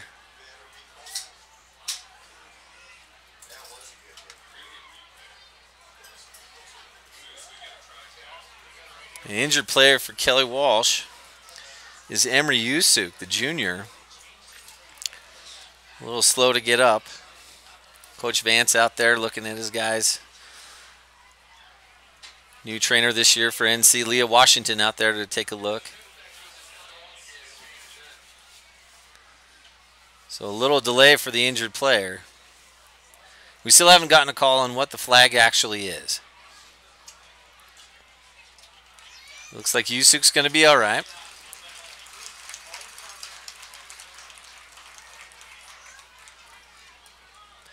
So to remain Mustang football, the question is where?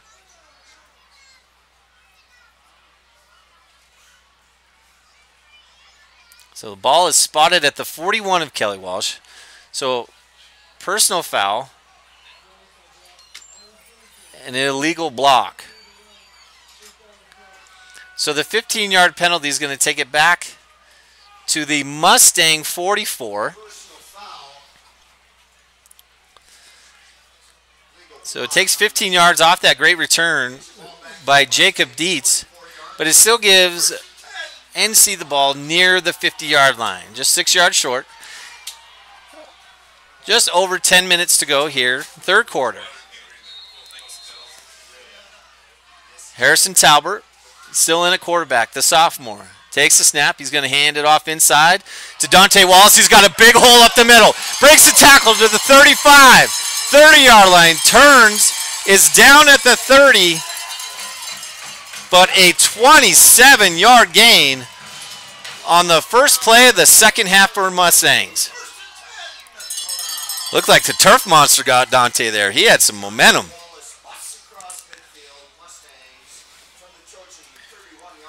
Big gain there. So the first down from the Kelly Walsh 31 once the chains are set.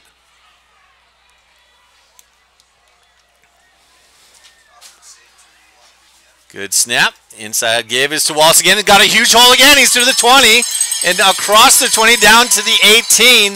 The ankle tackle probably saves a touchdown. Oh, the Mustangs clearly have something figured out up the middle now. This wasn't easy sledding for them in the first half.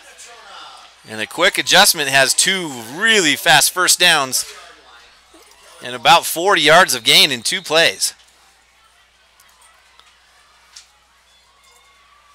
Talbert, inside handoff again to Wallace. He jump cuts back to his left. Good tackle at the 15-yard line. Trying to see the number. It's going to be 6. Kevin Anderson, he's had a nice game tonight at outside linebacker for the Trojans.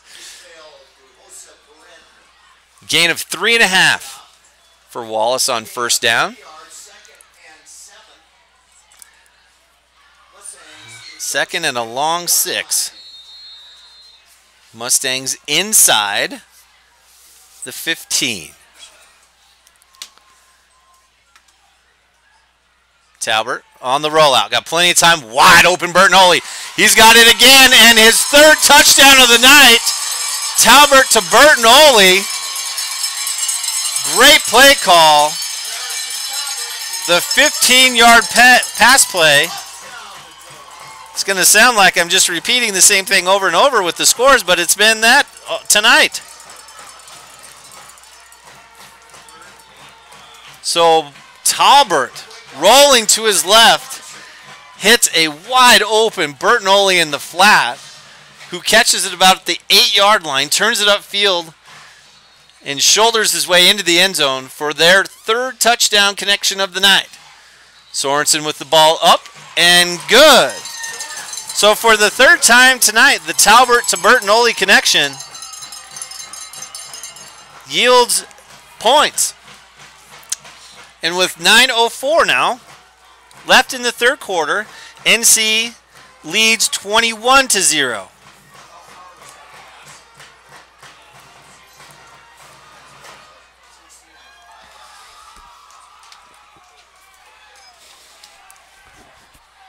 That was a 4-play drive. 4 or 5 play drive for a touchdown for the Mustangs. Drive started on their own 44 after a great return by Dietz on the punt.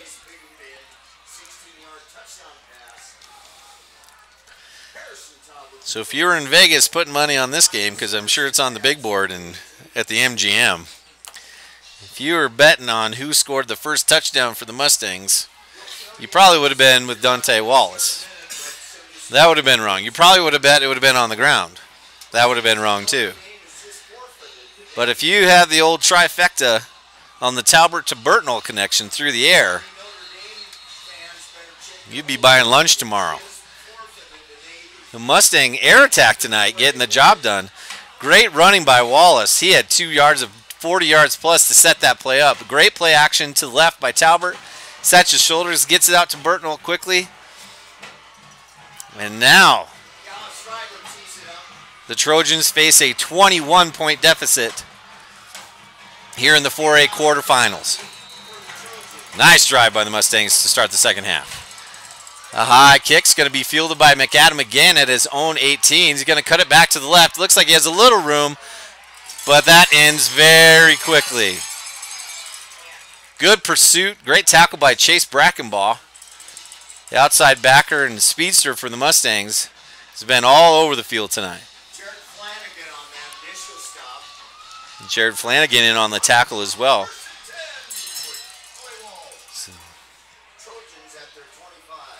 So Kelly's going to have to find something offensively here in order to get back into the game. They're built to run the ball. They're an excellent running team, number 2 in the state, averaging over 200 yards a game. But they're going to have to find a way to get some chunk yardage, or this is going to be a tough road to hoe for them. So the give is to Spiegelberg. He gets to the outside, breaks one tackle, breaks another tackle, gets the ball out to the 29. Great effort there by Spiegelberg. That's what he can do. When he gets north and south, he's really tough to bring down. Natrona's doing a great job of bottling him up inside and making him run laterally when he gets to the outside. So a gain of 4 brings up 2nd and 6. Quick score update. Shine East now leads Laramie 14-7. That game in the 3rd quarter. Thunder Basin up 21-0 over Central. And Sheridan still leads Rock Springs 34-0. So 2nd and 6. Spillane, he's going to have that quick pass again. Tell Campbell with the good tackle. Coventry with the catch. He's going to have enough for a first down. Safe play by Tell Campbell.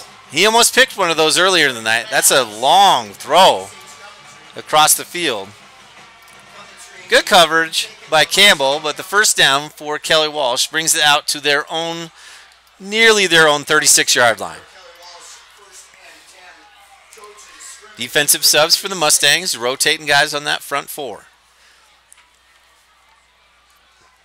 Kelly's done a nice job of eliminating the pass rush for NC tonight.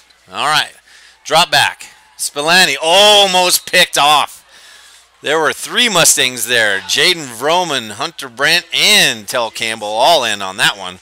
That was almost intercepted.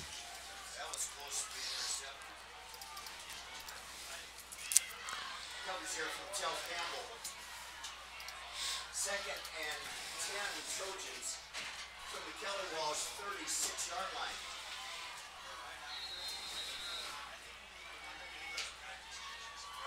Just under 8 minutes to go, 3rd quarter. Mustangs lead Kelly Walsh 21-0.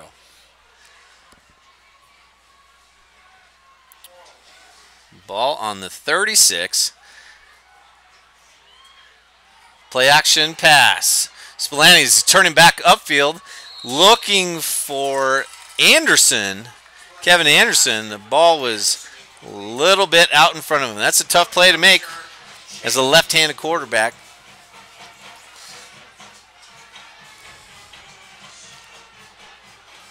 Well, 3rd and 10 now for Kelly Walsh.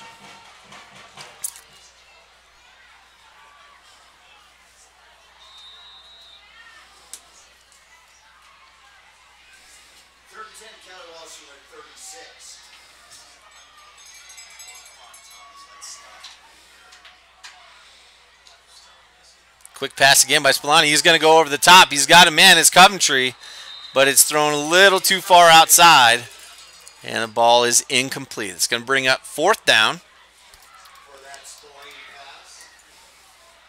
And Kelly Walsh brings out the punt team, and punter Jevin Davis. Cooper Quigg and Jacob Dietz back deep for the Mustangs.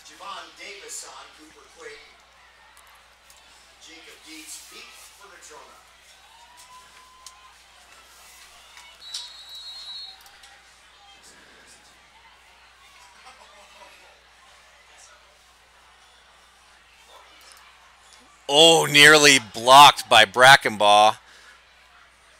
The ball lands at the Mustang 32, takes a bounce up to the 33.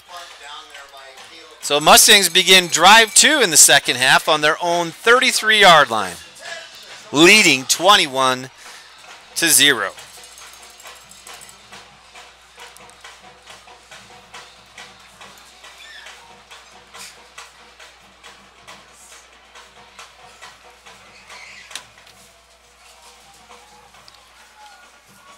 Quick update from LA. The Dodgers still lead 1-0 in the bottom of the 5th.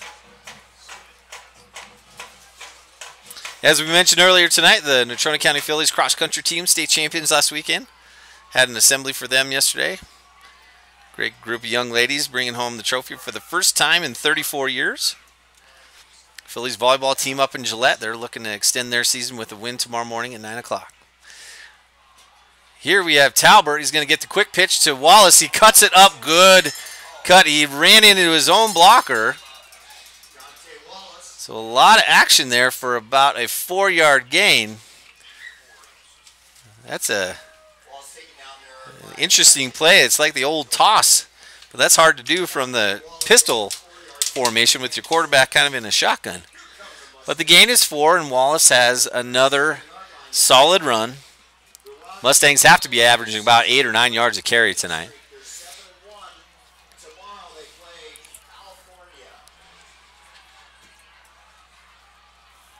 Clock runs.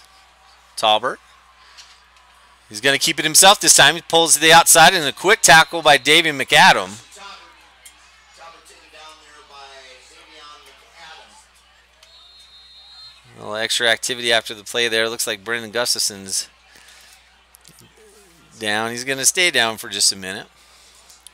Thomas Park will come in. Senior for senior. That's California, Pennsylvania.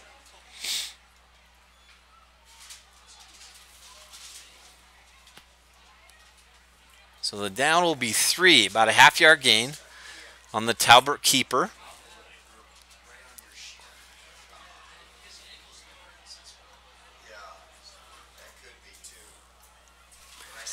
Continues to be a beautiful night tonight in Casper. Minimal wind, if you can believe it. I probably just jinxed us again.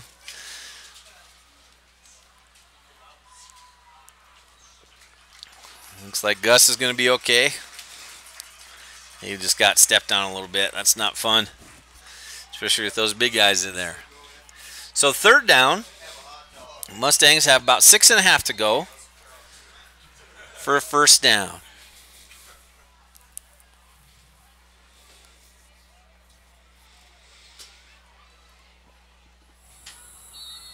Okay, we get started here. It's 3rd and 6. All right. From the Trojans 36-yard line. So Talbot and the Mustang offense looking to extend their 21-point lead. Have it 3rd and 6.5 from their own 37. All right, Talbot drops back to pass. He's got some time. Pulls it down, and he's going to be sacked by Cole Kraus, the 5'9 junior. In some situations, you'd want to say that Talbot should throw that ball. But the sack is probably better than the turnover on your own 30. So that's going to bring in Sorensen to punt again. He hasn't been too busy tonight. Had a nice punt last time to get NC out of their own end zone. The junior at his own 16-yard line. Snap's good. A little pressure up the middle. He's got some nice spiral on that ball. It's going to take a big-time NC bounce. Hits at the 35 and gets about 5 more yards down to the 31. So a nice punt by Sorensen. It's going to give Kelly the ball the 3rd time here in this 3rd quarter. Mustangs up 21-0. 4A quarterfinals.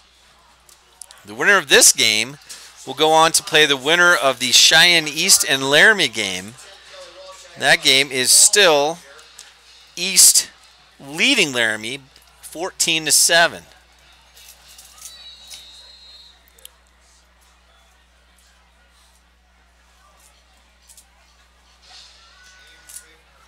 Again, thanks to Platte Valley Bank for sponsoring us tonight. This is the only game you don't have to pay to watch in the 4A playoffs. So kudos to you guys for getting that to us. So Kelly Walsh, 3rd possession now. The handoff outside to Spiegelberg. He's going to try and cut it up, and there's just nothing doing. The defensive front for Natrona is just stringing everything out to the outside and filling those gaps. There's just nowhere for Brock Spiegelberg to go. I will be really interested to see his stat line this evening. It is certainly well under his average for the season. To put it in perspective, he's averaging 8 yards a carry. I would hazard a guess he doesn't have 30 yards rushing tonight. Averages 170 a game. So even if you take the game out last week where he had 320, he's an excellent rusher, and the Mustangs are just shutting him down tonight. So 2nd down and 11. Quick pass again by Spillane. It's going to be up and over the top. Pretty good route run by Jaden Simmons, the 6'3 senior. Had a step on Cooper Quigg, but the ball was overthrown by Spillane.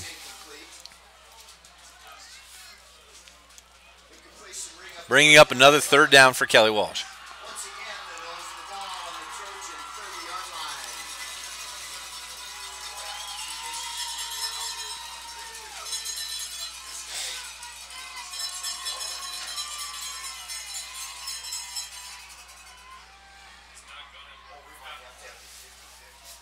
Mustangs looking to shut down the drive again tonight.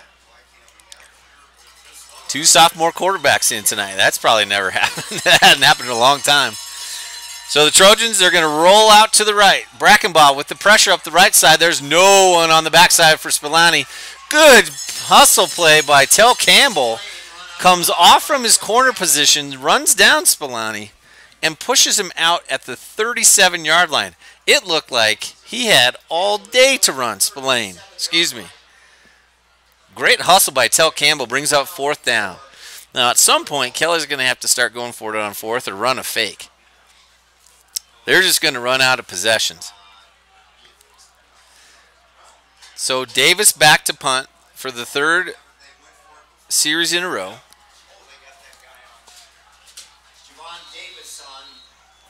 Back again to receive for NC. Jacob Dietz and Cooper Quigg. Davis with the punt. It's a high knuckleball. That ball bounces at the, well, they're going to mark it out all the way up at the 40. So, with 4:31 left, 3rd quarter, NC leads the crosstown rival Kelly Walsh Trojans 21-0. 3 touchdown passes by the sophomore Talbert to the senior Burton Oley. Has the Mustangs a 1.5 away from the state semifinals.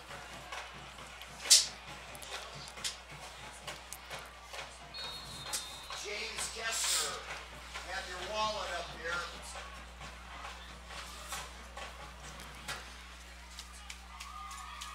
All right, so Talbert in the pistol. He's going to hand it off up inside. There goes Wallace again. First contact's made about 3 or 4 yards deep, and he's going to be dropped 5 yards downfield. 5 yards to the Mustang. So a gain of 5. Brings up 2nd and 5. To Gavin Thomas and 87 Brendan Ridgway. 2nd and 5 from the 45.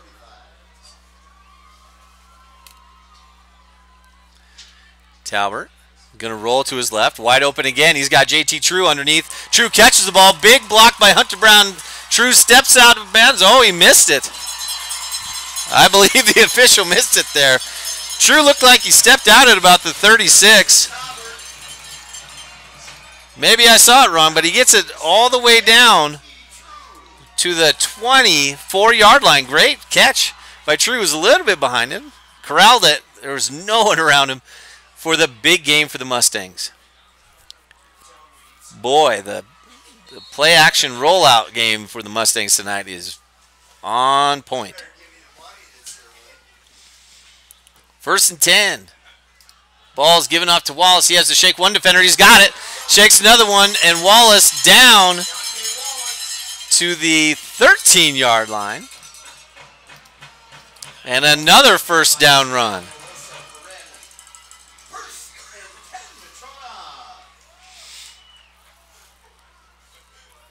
3:33 to go now in the 3rd.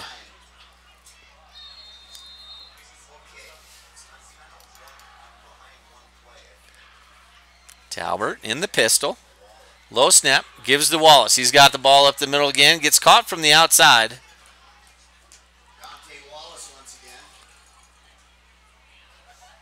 The junior creeping up on 25, 30 carries for the night. And it's starting to look like that front 4 for Kelly's getting a little worn down.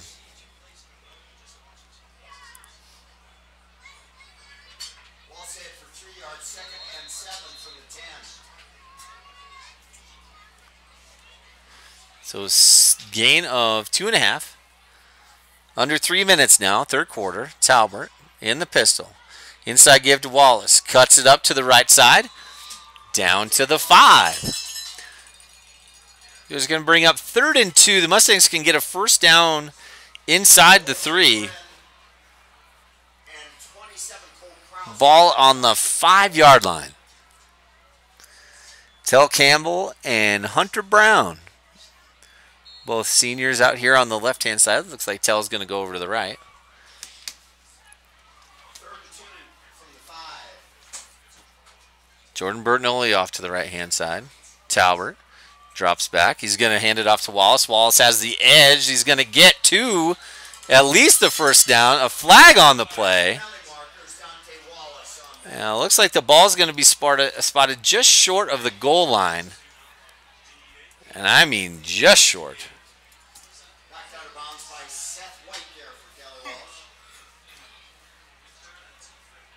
It's tough to see all the way on the opposite side of the field.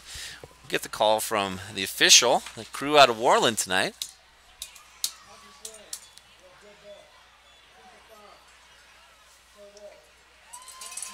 Unsportsmanlike conduct is going to move the ball from the 6-inch line to the 3-inch line.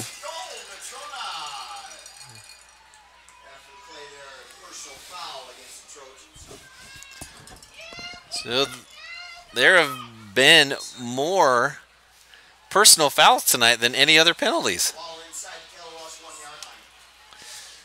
So Talbert in the pistol. He's got Wallace behind him, as he has been all night. First and goal, Mustangs. Push inside, easy touchdown. Mustangs, Dante Wallace, number 21 on the season. Gives the Mustangs the 27-0 lead. First rushing touchdown tonight for Wallace. Second touchdown of the third quarter with 1:47 left.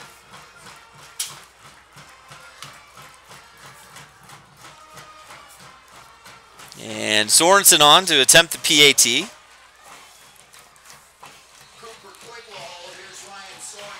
Cooper Quigg on the hold. Ball's down. Kick is up, and it is straight down the middle. Moves the score to NC 28.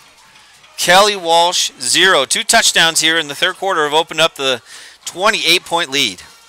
First touchdown of the night for Dante Wallace. His 21st of the season on the ground.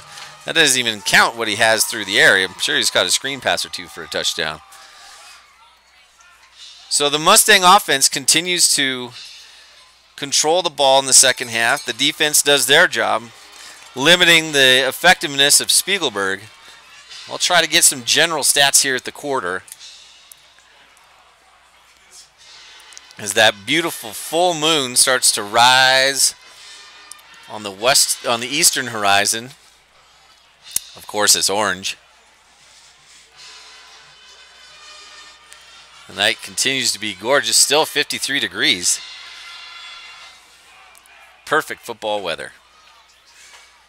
John Schreiber will tee it up. Back deep for the Trojans, Tyler Whitley and Davion McAdam. So McAdam deep for the Trojans. They elect to have 5 guys up front. 5 guys in kind of a star pattern, if you will, between the 25 and the 40, and then Davion McAdam back all by himself. So Yahav Schreiber with the big boot. Holy cow, that ball goes all the way down to the Kelly Walsh 5. McAdam cuts it back, and there's a lot of room. He's up to the 30, up to the 40. He's going to be pushed out of bounds at the 43-yard line. Just pushed out. He's a little bit slow to get up. Nice run by McAdam there. He's a heck of an athlete. Gets the return out to the 44 of the Trojans. Boy, that looked like he was going to be stopped well short of the 20. And now there's a penalty flag.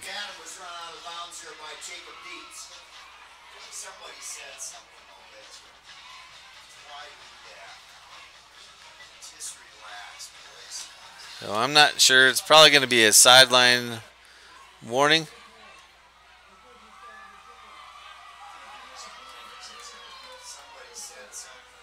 Well, that's going to be a 15-yard penalty. Another unsportsmanlike for the evening. That's got to get us up near 7.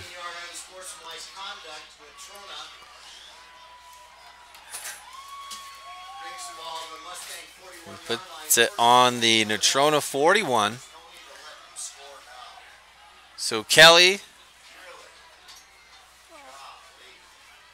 with their second best starting field position of the evening.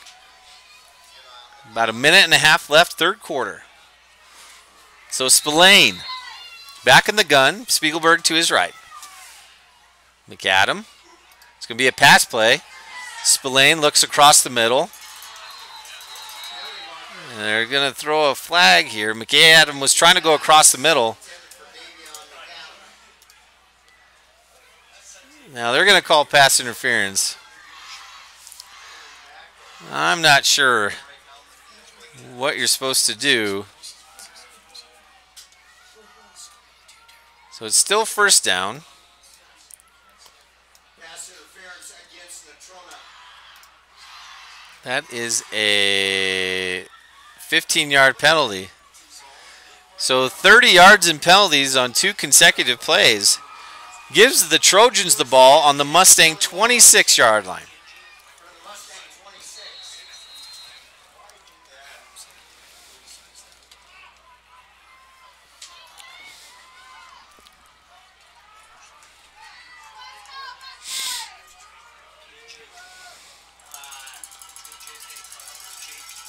Spillane sets. He's going to get the ball. Inside handoff to Spiegelberg. Big time hole, and there he goes. Spiegelberg down to the 5, and touchdown Trojans. Well, that's what you get, you knuckleheads.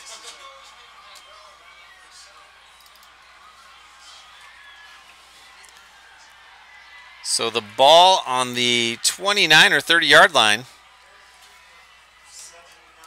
It was the 29-yard line, a 29-yard touchdown run Tyler Whitley will hold. by Spiegelberg. Victor Riddleskog on.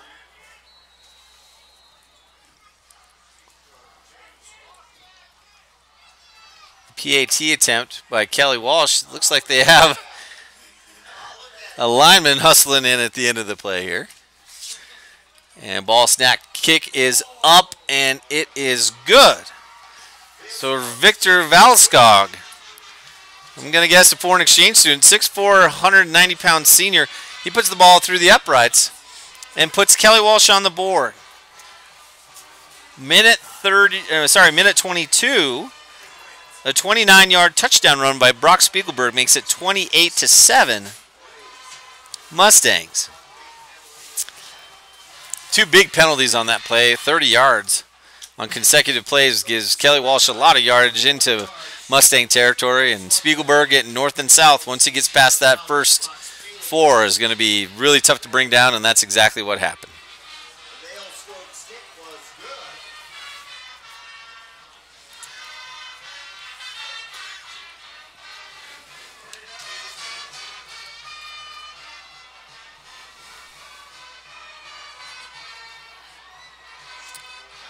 East and Laramie are now tied at 21 in Cheyenne. No other changes in score. 2A, Glenrock just down the road leads Big Piney 8-0. Wheatland and Graybull tied at 14. Jackson leads Lander 18-10. Douglas leads Cody 20-8 still. Torrington leads Evanston 13-7. That's a number 1 versus number 4 game. All right. So the kickoff now, it's going to go deep. That is well into the end zone.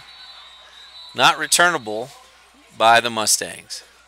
Taking there by Cooper Quinn in the end zone. And on the touch. Ball bring the touchback. We'll put the ball. The Mustangs can choose where they want the spot, but it's going to be at, I'm going to put it right in the middle at the 20-yard line.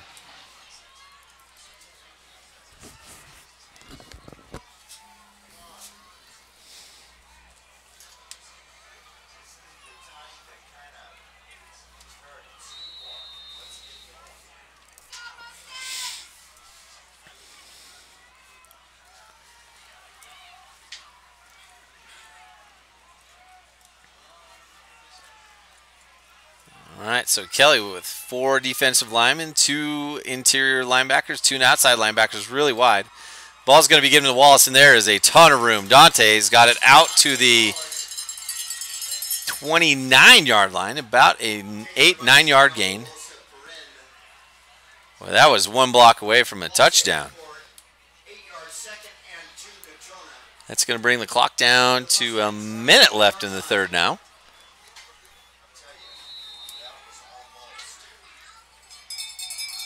So second and short. Just over 2 yards to go. Wallace in the backfield. High snaps. Going to be given to Wallace. He runs zone to the left side. Breaks a few tackles. Hit hard in the middle by Cole Kraus. But not after Wallace gains another first down for Natrona. Clock stops with 42 seconds left, third quarter. And they'll wind it once they're set. And there it goes. First down, NC on their own 32. Talbert hands it off. And Wallace is hit in the backfield and dropped for a loss for the first time tonight. And that was Spiegelberg. Came off his block and the loss of 3 or 2 on the play for Wallace. But that is going to bring up the end of the third quarter. 4A state quarterfinals. Third quarter coming to an end. The Mustangs lead Kelly Walsh 28-7. I'm going to try and grab some stats for you real quick. I'll be right back for the beginning of the fourth quarter.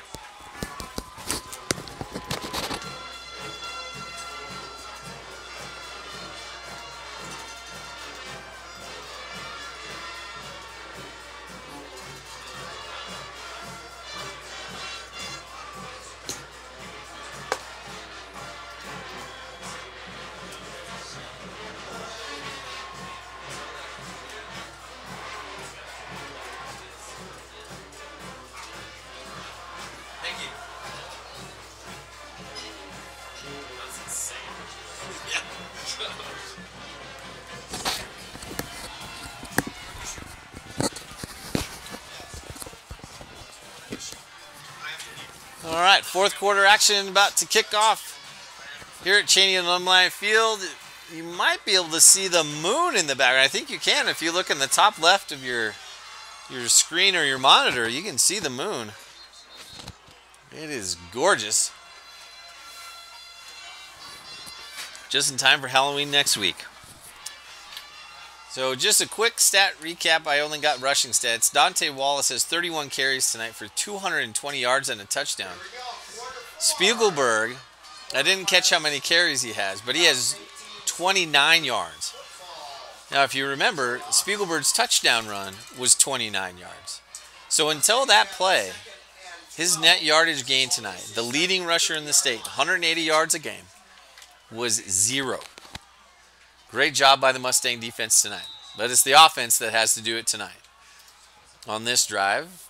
And Coach Harshman's going to take a timeout real quick. Didn't like the look they were getting. So I believe that is their first of the second half. They'll have 2 more.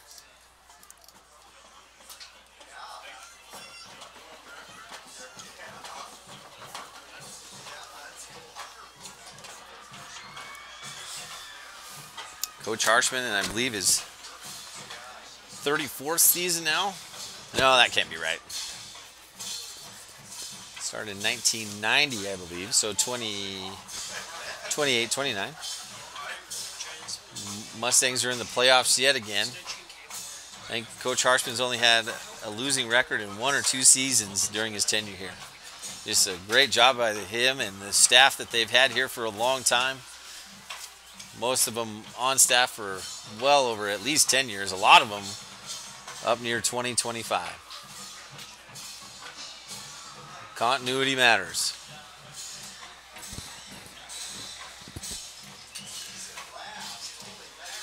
So, second and 12 and a half. Mustangs going to begin the fourth quarter with the ball on their own 29. Talbert, inside give. Nope, Talbert's going to keep it. It's a run pass option. He's got some movement and out to the 44-yard line. Hit late. There's no flag there, but is the flag on the opposite side of the field. Now the gain would be first down. But on the all the way outside, on the opposite side of the field, I'm not sure. Personal foul, face mask on the defense. Okay, that's about the only thing that would have made sense. So we'll see if it's of the 5-yard variety. But regardless, the run by Talbert of nearly 15 yards is going to give the Mustangs the first down plus some.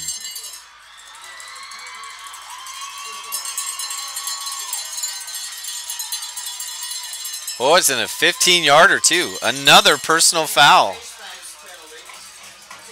That moves the ball almost to the Kelly Walsh 40. Good run by Talbert there. That is the true run-pass option. You see that a lot in college football and even in the NFL anymore. And that's why it's so scary. Harrison has the option to give it to Wallace, throw it outside of Burtnell, or run it himself.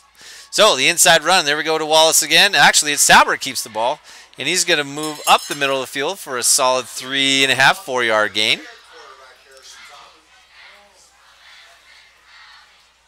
And an injured Trojan player.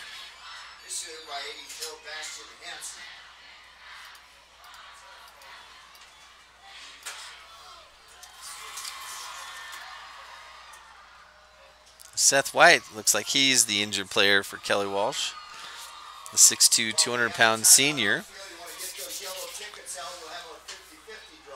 See how much Coach Matson says the 50-50s for tonight. It's usually around 10 grand, which is a little bit overzealous.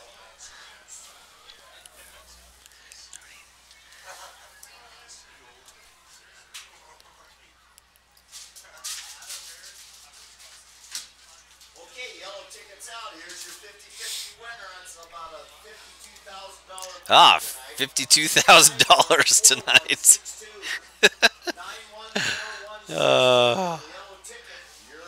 Coach Manson. All right. Quick update from Fort Collins. It's early in the first quarter. Tie is scored at 0. Tie is scored at 0. I think that's what I just said. It's been a long week. It's 0-0 down in Fort Collins. Looks like the Pokes have the ball at the 50-yard line. So we'll keep you updated on that. 11:27 left in the game. So after the short gain, 4-yard gain by Talbot on first down, this brings up 2nd and 5.5 or 6.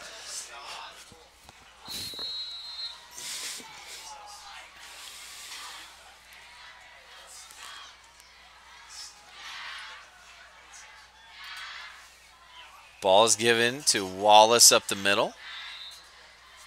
Gain of about 2. It is really hard to see the ball tonight.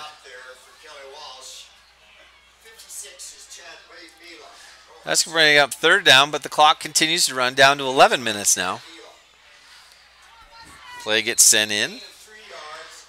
Mustangs in the bunch formation now. And Talbert is going to drop back to pass. And he's going to go over the top to Tell Campbell. And it's actually intercepted. It looked like Tell had the ball. And it's picked off by Cole Kraus. There's a flag on the play, and we'll see what that's all about. That might be a comeback block just like we saw earlier. But that was really strange. It looked like Tell Campbell had it. And it's a block in the back on the Trojans, but Cole Kraus, the junior, comes away with the ball.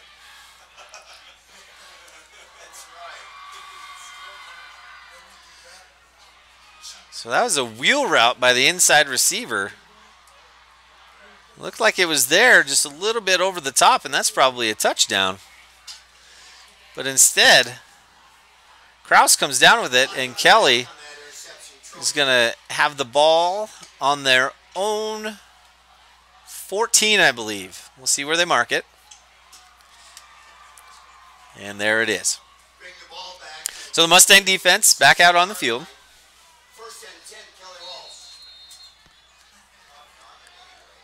Last time they had it, they had 2 consecutive penalties to give them 30 yards. And then the 29-yard run by Spiegelberg put the Trojans on the board. 2 safeties now for the Mustangs. Spillane back to throw. He's going to go deep over the middle. Dietz is there. Oh, goodness. And actually, Tyler Whitley was behind everybody. That's not where you want to be. But the ball falls incomplete. 2nd and 10. I was incorrect on the spot of the ball. It's actually at the Kelly Walsh. Oh, no. I was right. Kelly Walsh 16. Excuse me. Incompletion will bring up 2nd and 10 Trojans. Here they come from their 16-yard lines. Spillane jogs back to the huddle. He's got Jaden Simmons with him. Big 6'3" wideout comes down here to the near side. Spiegelberg offset. Tight end off to the right. 3-by-1. Spiegelberg out to the side. They're going to get it to him in the flat. He's going to put his shoulder down like he always does. He's a great runner. Good tackle made by True. Tell Campbell gets low. And a gain of about 3 on the play. That's the guy they want to have the ball, that's for sure. Kelly now has a 3rd down and 8 from their own 19. Clock stopped on the play. The Spiegelberg went out of bounds.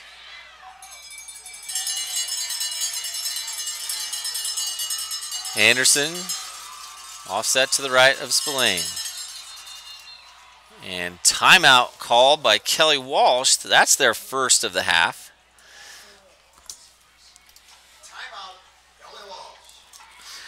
Do a quick score update while we have time. So, East and Laramie still tied. Let's refresh this, make sure we got the accurate scores. East now leads Laramie 23-21. So the Thunderbirds come up with a safety to take the lead. That game in the 4th quarter. Sheridan Rock Springs, that's a final. Sheridan moves on to the 4A state semifinals. They will play the winner of Thunder Basin and Central. Right now, that's Thunder Basin. They lead 21-0 over the Indians. 28-7 here. Natrona leads Kelly Walsh. Just a little over 10 minutes left in the 4th quarter.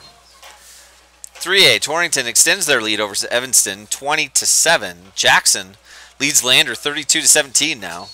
Douglas leads Cody 26-14. And Star Valley defeated Worland 48-0. Back here in Casper, Trojans trailing by 21. Faced with a 3rd and 8 on their own 19. Spillane back to throw. He's gotten rid of it quick tonight. And it's intercepted. Cooper Quigg on the 30, the 20, the 10, the 5. Touchdown Mustangs! Cooper Quigg with the pick 6, and that might do it. The junior with the pick. Might have been a broken route, but Spillane threw it right to him. Quigg comes off his man, makes the pick, and returns it 30 yards for the touchdown.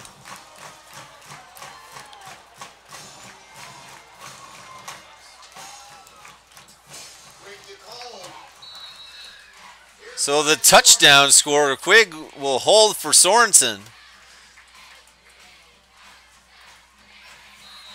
And it is up and good. Oh, big time play by Cooper Quigg there. That's going to push the lead up to 35-7. Great play by the defense. So the 3rd down play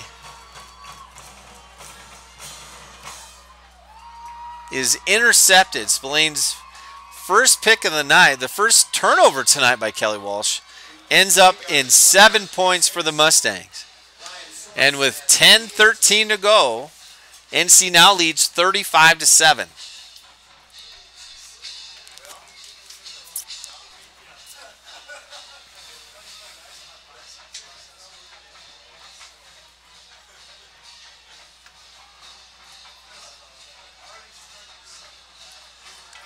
Well, I believe this is the 6th meeting of these two teams in the playoffs. Natrona's won all 5 of the previous meetings. I believe in every one of those matchups, Natrona has been the higher seed. Maybe twice Kelly's been the higher seed. But every time it's been a victory for the Mustangs. 28-point lead now. Yahav Schreiber kicked it deep last time, down to the 5, and a great return by McAdam. Got it all the way out to about the 40. So we'll see if they go back to the old squib kick by Schreiber.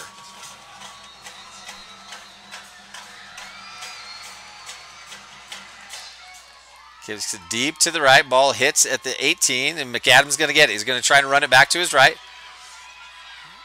Hunter, yep, blocking the back there is going to be called, and a whole host of Mustangs are all over McAdam.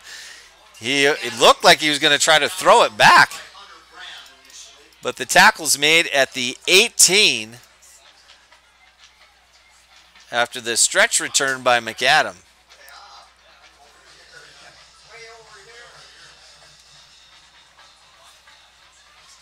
Very clear block in the back on the Trojans.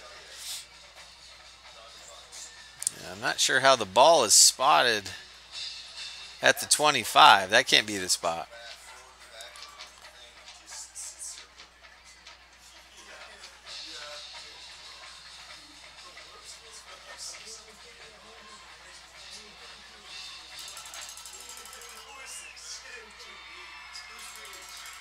So it's a spot foul. It's actually going to be just about 2 yards shorter of where McAdam returned it to.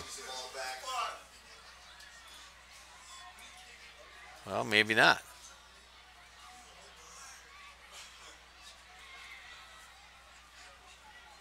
So it's from the end of the play. There we go. All right, so the return was out to about the 20.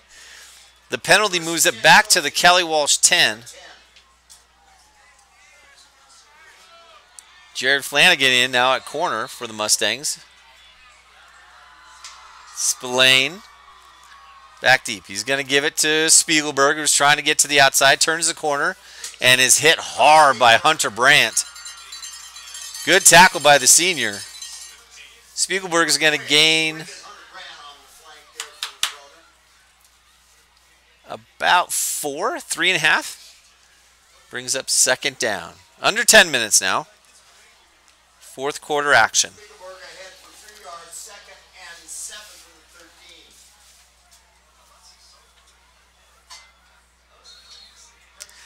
East now leads Laramie 30-21, so they've tacked on a touchdown. And they lead in the fourth quarter. So all of the top seeds now are leading in every game across the state in 4A. Second down for Spillane. Ball's given to Spiegelberg up the middle, and there's nothing doing. He barely might have got back to the line of scrimmage.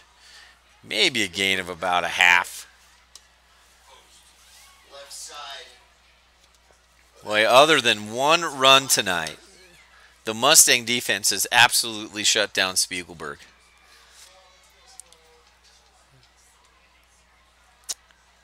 I don't believe he has 40 yards rushing this evening.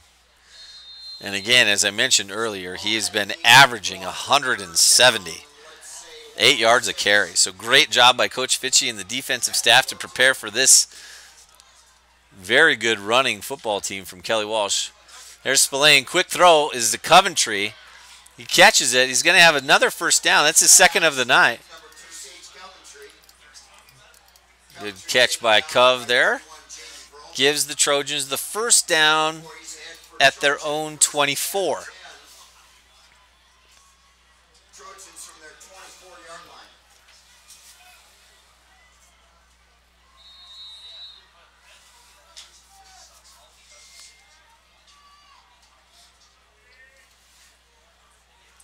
Spiegelberg and McAdam in the backfield. Ball's given to Spiegelberg. He's going to run it off the right-hand side. He's going to get about a 3-yard gain, maybe 4. Spiegelberg ahead for 2 yards. For Trojans, 65, Yahav Schreiber. Yahav Schreiber and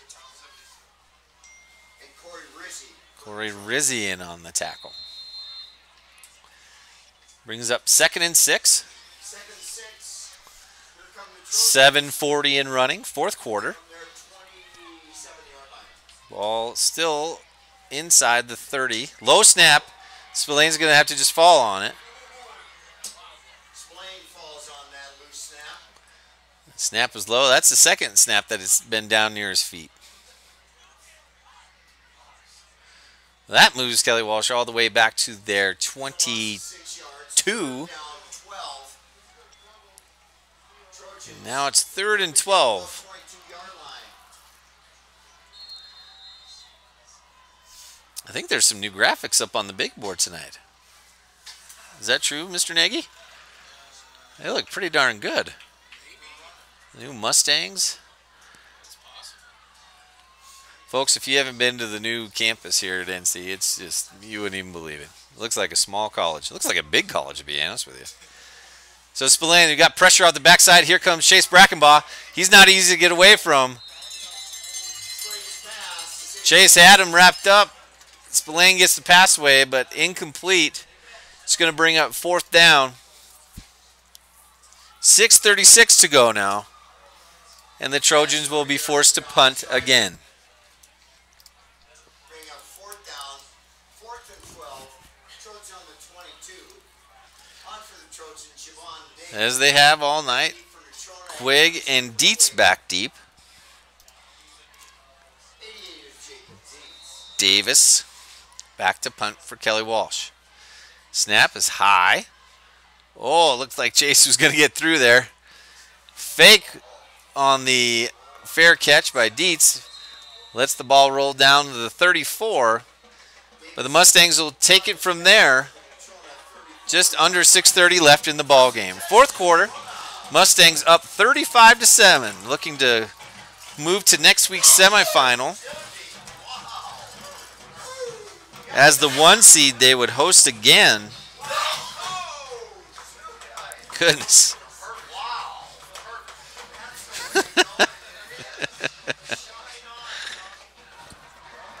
A little sneezing up here. Still no score from Fort Collins. Pokes and Rams tied at 0. Mustangs have Ryan Sorensen in at quarterback now. And he's going to run it. He's got a little bit of a seam. There he goes. He's going to get hit by Spiegelberg after the gain of about 2. Sorensen knocked down there by Brock Spiegelberg. Sorensen with the gain of 2. And now we're down to the 6-minute mark. Ryan weighs 125 pounds. He's 5'9". He's a feisty little guy. He's done a great job kicking tonight.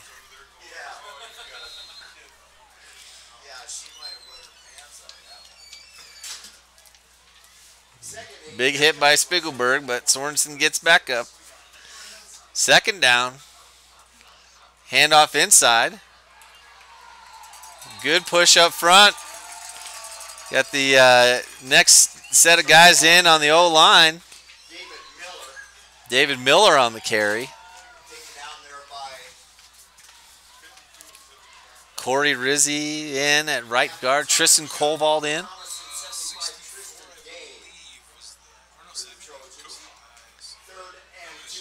So 3rd and 2. Kelly's probably going to bring the house up in the middle here. They've got 10 guys in on the ball. Spiegelberg misses the tackle, but the rest of the Trojans don't. So Sorensen on a loss of 7. It's not possible to block 9 with 7. That was just tough to do. But the clock continues to run. Sorensen now will go back to kick.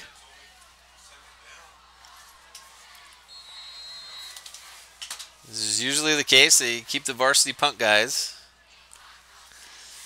out there. 4:25 and counting. Sorensen with a high floating kick. It's going to be fair caught at the 35. Sorensen's done a nice job punting this tonight. Especially out of his own end zone. That was a big punt he had earlier. Trojans take over at their own 35, down 28 points. Mustangs lead 35-7.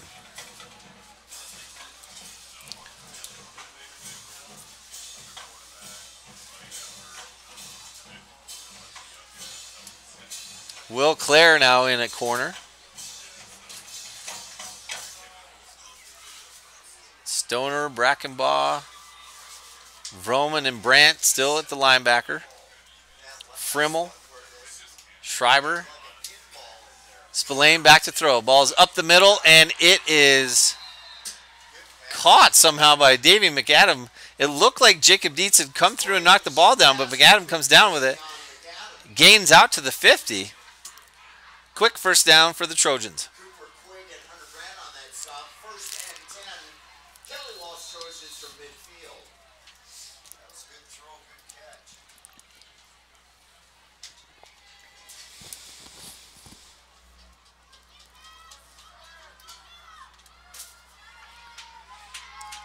The inside handoff's going to go to Spiegelberg. Stutter steps. He's going to gain about 2. Spiegelberg about 2 yards across midfield. 31, Tony. Second down. 3:30 left in the game now. And 8 from the 48.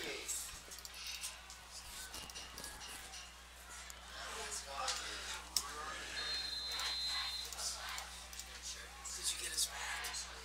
Okay, good. We had to swap a battery. Yeah, I lost it for like 2 seconds and it came out, so we're good. Spiegelberg offset to the right. Spillane in the shotgun. He's back to throw again. And he sets up and he's going to throw it short. Ball is dropped. Good coverage by Will Clare. Coventry was covered up and dropped the ball. Brings up 3rd and 8 now. Right about at 3 minutes left to go in the game.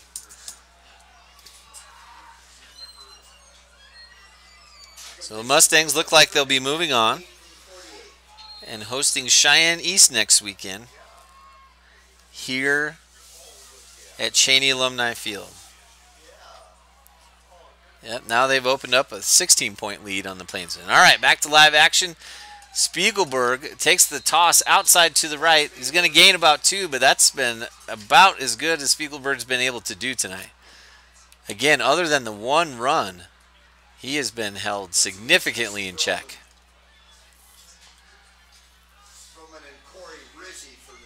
Time continues to roll, 2:40 and counting.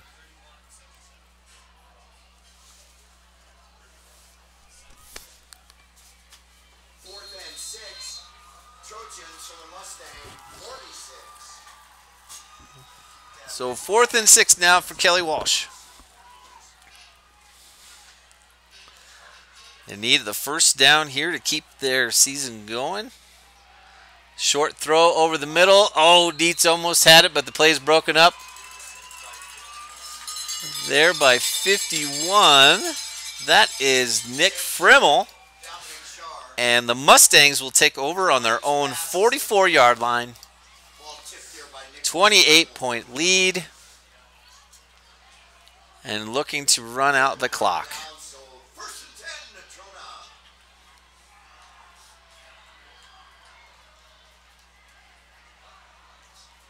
Mustangs from their 46-yard line.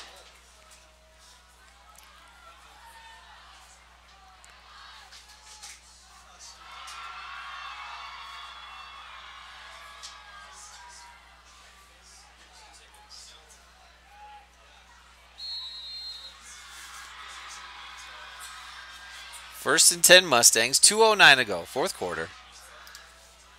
Inside handoff. Nice push up front by the O-line. Carl Williams, I believe. I think that was, number 5.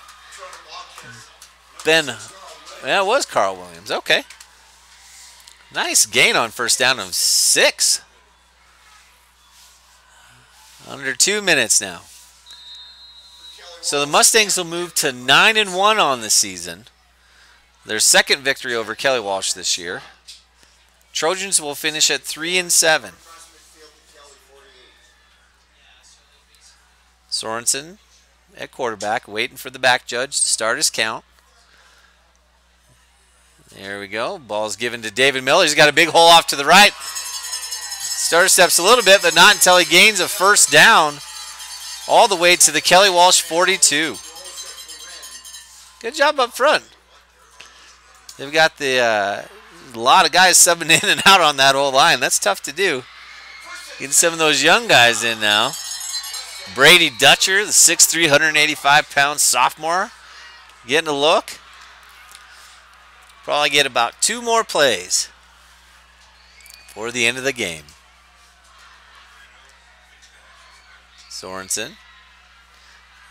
Oh, it's not Sorensen. I don't believe it. Or is it? Yep. It is still Sorensen. He gains about 2 on the counter. Under a minute now. So the Mustangs will secure a victory. Move on to the semifinals against Cheyenne East. The time for that game will be determined. I'm pretty sure it'll be Friday night.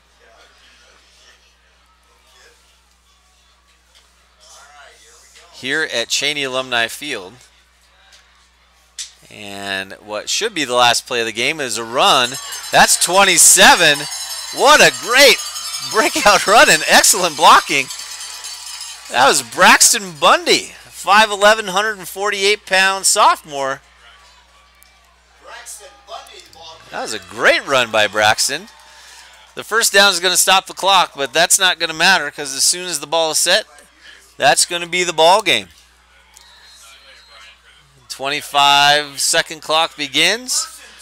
The Mustangs gather at the 50-yard line, helmets on. And that is going to be the ball game. So Natrona with a 35-7 victory in the 4A quarterfinals. They move on to play the Cheyenne East Thunderbirds, the only team to beat the Mustangs this year. They'll host them here this time. That game next week, but your final from Casper tonight. Natrona County, 35. Kelly Walsh, 7. As I mentioned, the Mustangs moving to 9-1 on the season now. Kelly Walsh finishes the year at 3-7. Get a quick recap of the scores before we go tonight. 2.5-hour game, pretty quick one. Mustangs scored first in the first quarter with 3:11 to go. After both teams had a 3-and-out to start the game, Talbot takes a drive from their own 2. Mustangs run all the way down the field, literally the same play about 7 times in a row to move it from their own 2 to about the Kelly Walsh 15. A penalty and a sack moves it back to the 23, but on a 3rd and 20, Talbot hits Jordan Bertinoli for a 23-yard touchdown pass. The Sorensen PAT, Sorensen in for the injured Jet George tonight, but Sorensen puts it up and through the uprights, making it 7-0 in the first quarter. Second quarter, Talbot hooks up with Bertinoli again. A 40-yard touchdown pass. Bertinoli catches it on about the 3, takes a step and dives into the end zone. The Sorensen PAT extends the lead to 14-0, and that's where we would go into half. That touchdown was with 11 seconds to go, first half. And that was kind of a backbreaker for Kelly. As the next possession for Natrona in the third quarter, Talbot hits Bertinoli again on the rollout to his left. Sorensen hits the PAT for the 3rd time. So the trifecta for Talbot and Bertinoli makes it 21-0 Mustangs. Dante Wallace only scored once tonight. That's below his average of probably 2.5 a game, with a less than a 1-yard touchdown run, and the Sorensen PAT make it 28-0. The Trojans come back and score with a 29-yard touchdown run by Brock Spiegelberg on a drive that's assisted by consecutive personal foul penalties called on the Mustangs. And Spiegelberg punches it in from 29 out with 1:22 left in the third quarter to give Kelly Walsh a little life, making the score 28-7. But on the next Kelly Walsh possession, Cooper Quigg comes up with a big interception on his own on the Kelly Walsh 30-yard line. Intercepts Spillane, takes it back all the way for the touchdown. The Sorensen PAT makes it 35-7, and that's where the game ends tonight. Unofficially, I believe Dante Wallace finished with about 35 carries and over 250 yards. Great game by the junior. Talbot comes in relief of Cade Stoner. I'm not sure if he's quite healthy yet, but Talbot played a great game. 3 touchdown passes for the sophomore, and the Mustangs move on to the 4A state semifinals. Once again, we'd really like to thank Bo Covert and Platte Valley Bank for sponsoring the game tonight. We really appreciate you guys stepping up, and so does the community for the game tonight. I know a lot of people are watching all over the United States. We've had some great comments from some folks letting us know that they really appreciate that. So thanks to Bo Covert and Platte Valley Bank. Thanks to Shannon Harris, Brian Honkin, and the administrative staff at NC, Lance Madsey and the awesome NC TV crew. This is Brent Jurgensen, thanking you for joining us tonight. We'll see what next week holds. But for right now, we know it's Natrona County winning Game 1 of the 4A playoffs, the quarterfinal. They beat Kelly Walsh 35-7. Thank you and good night.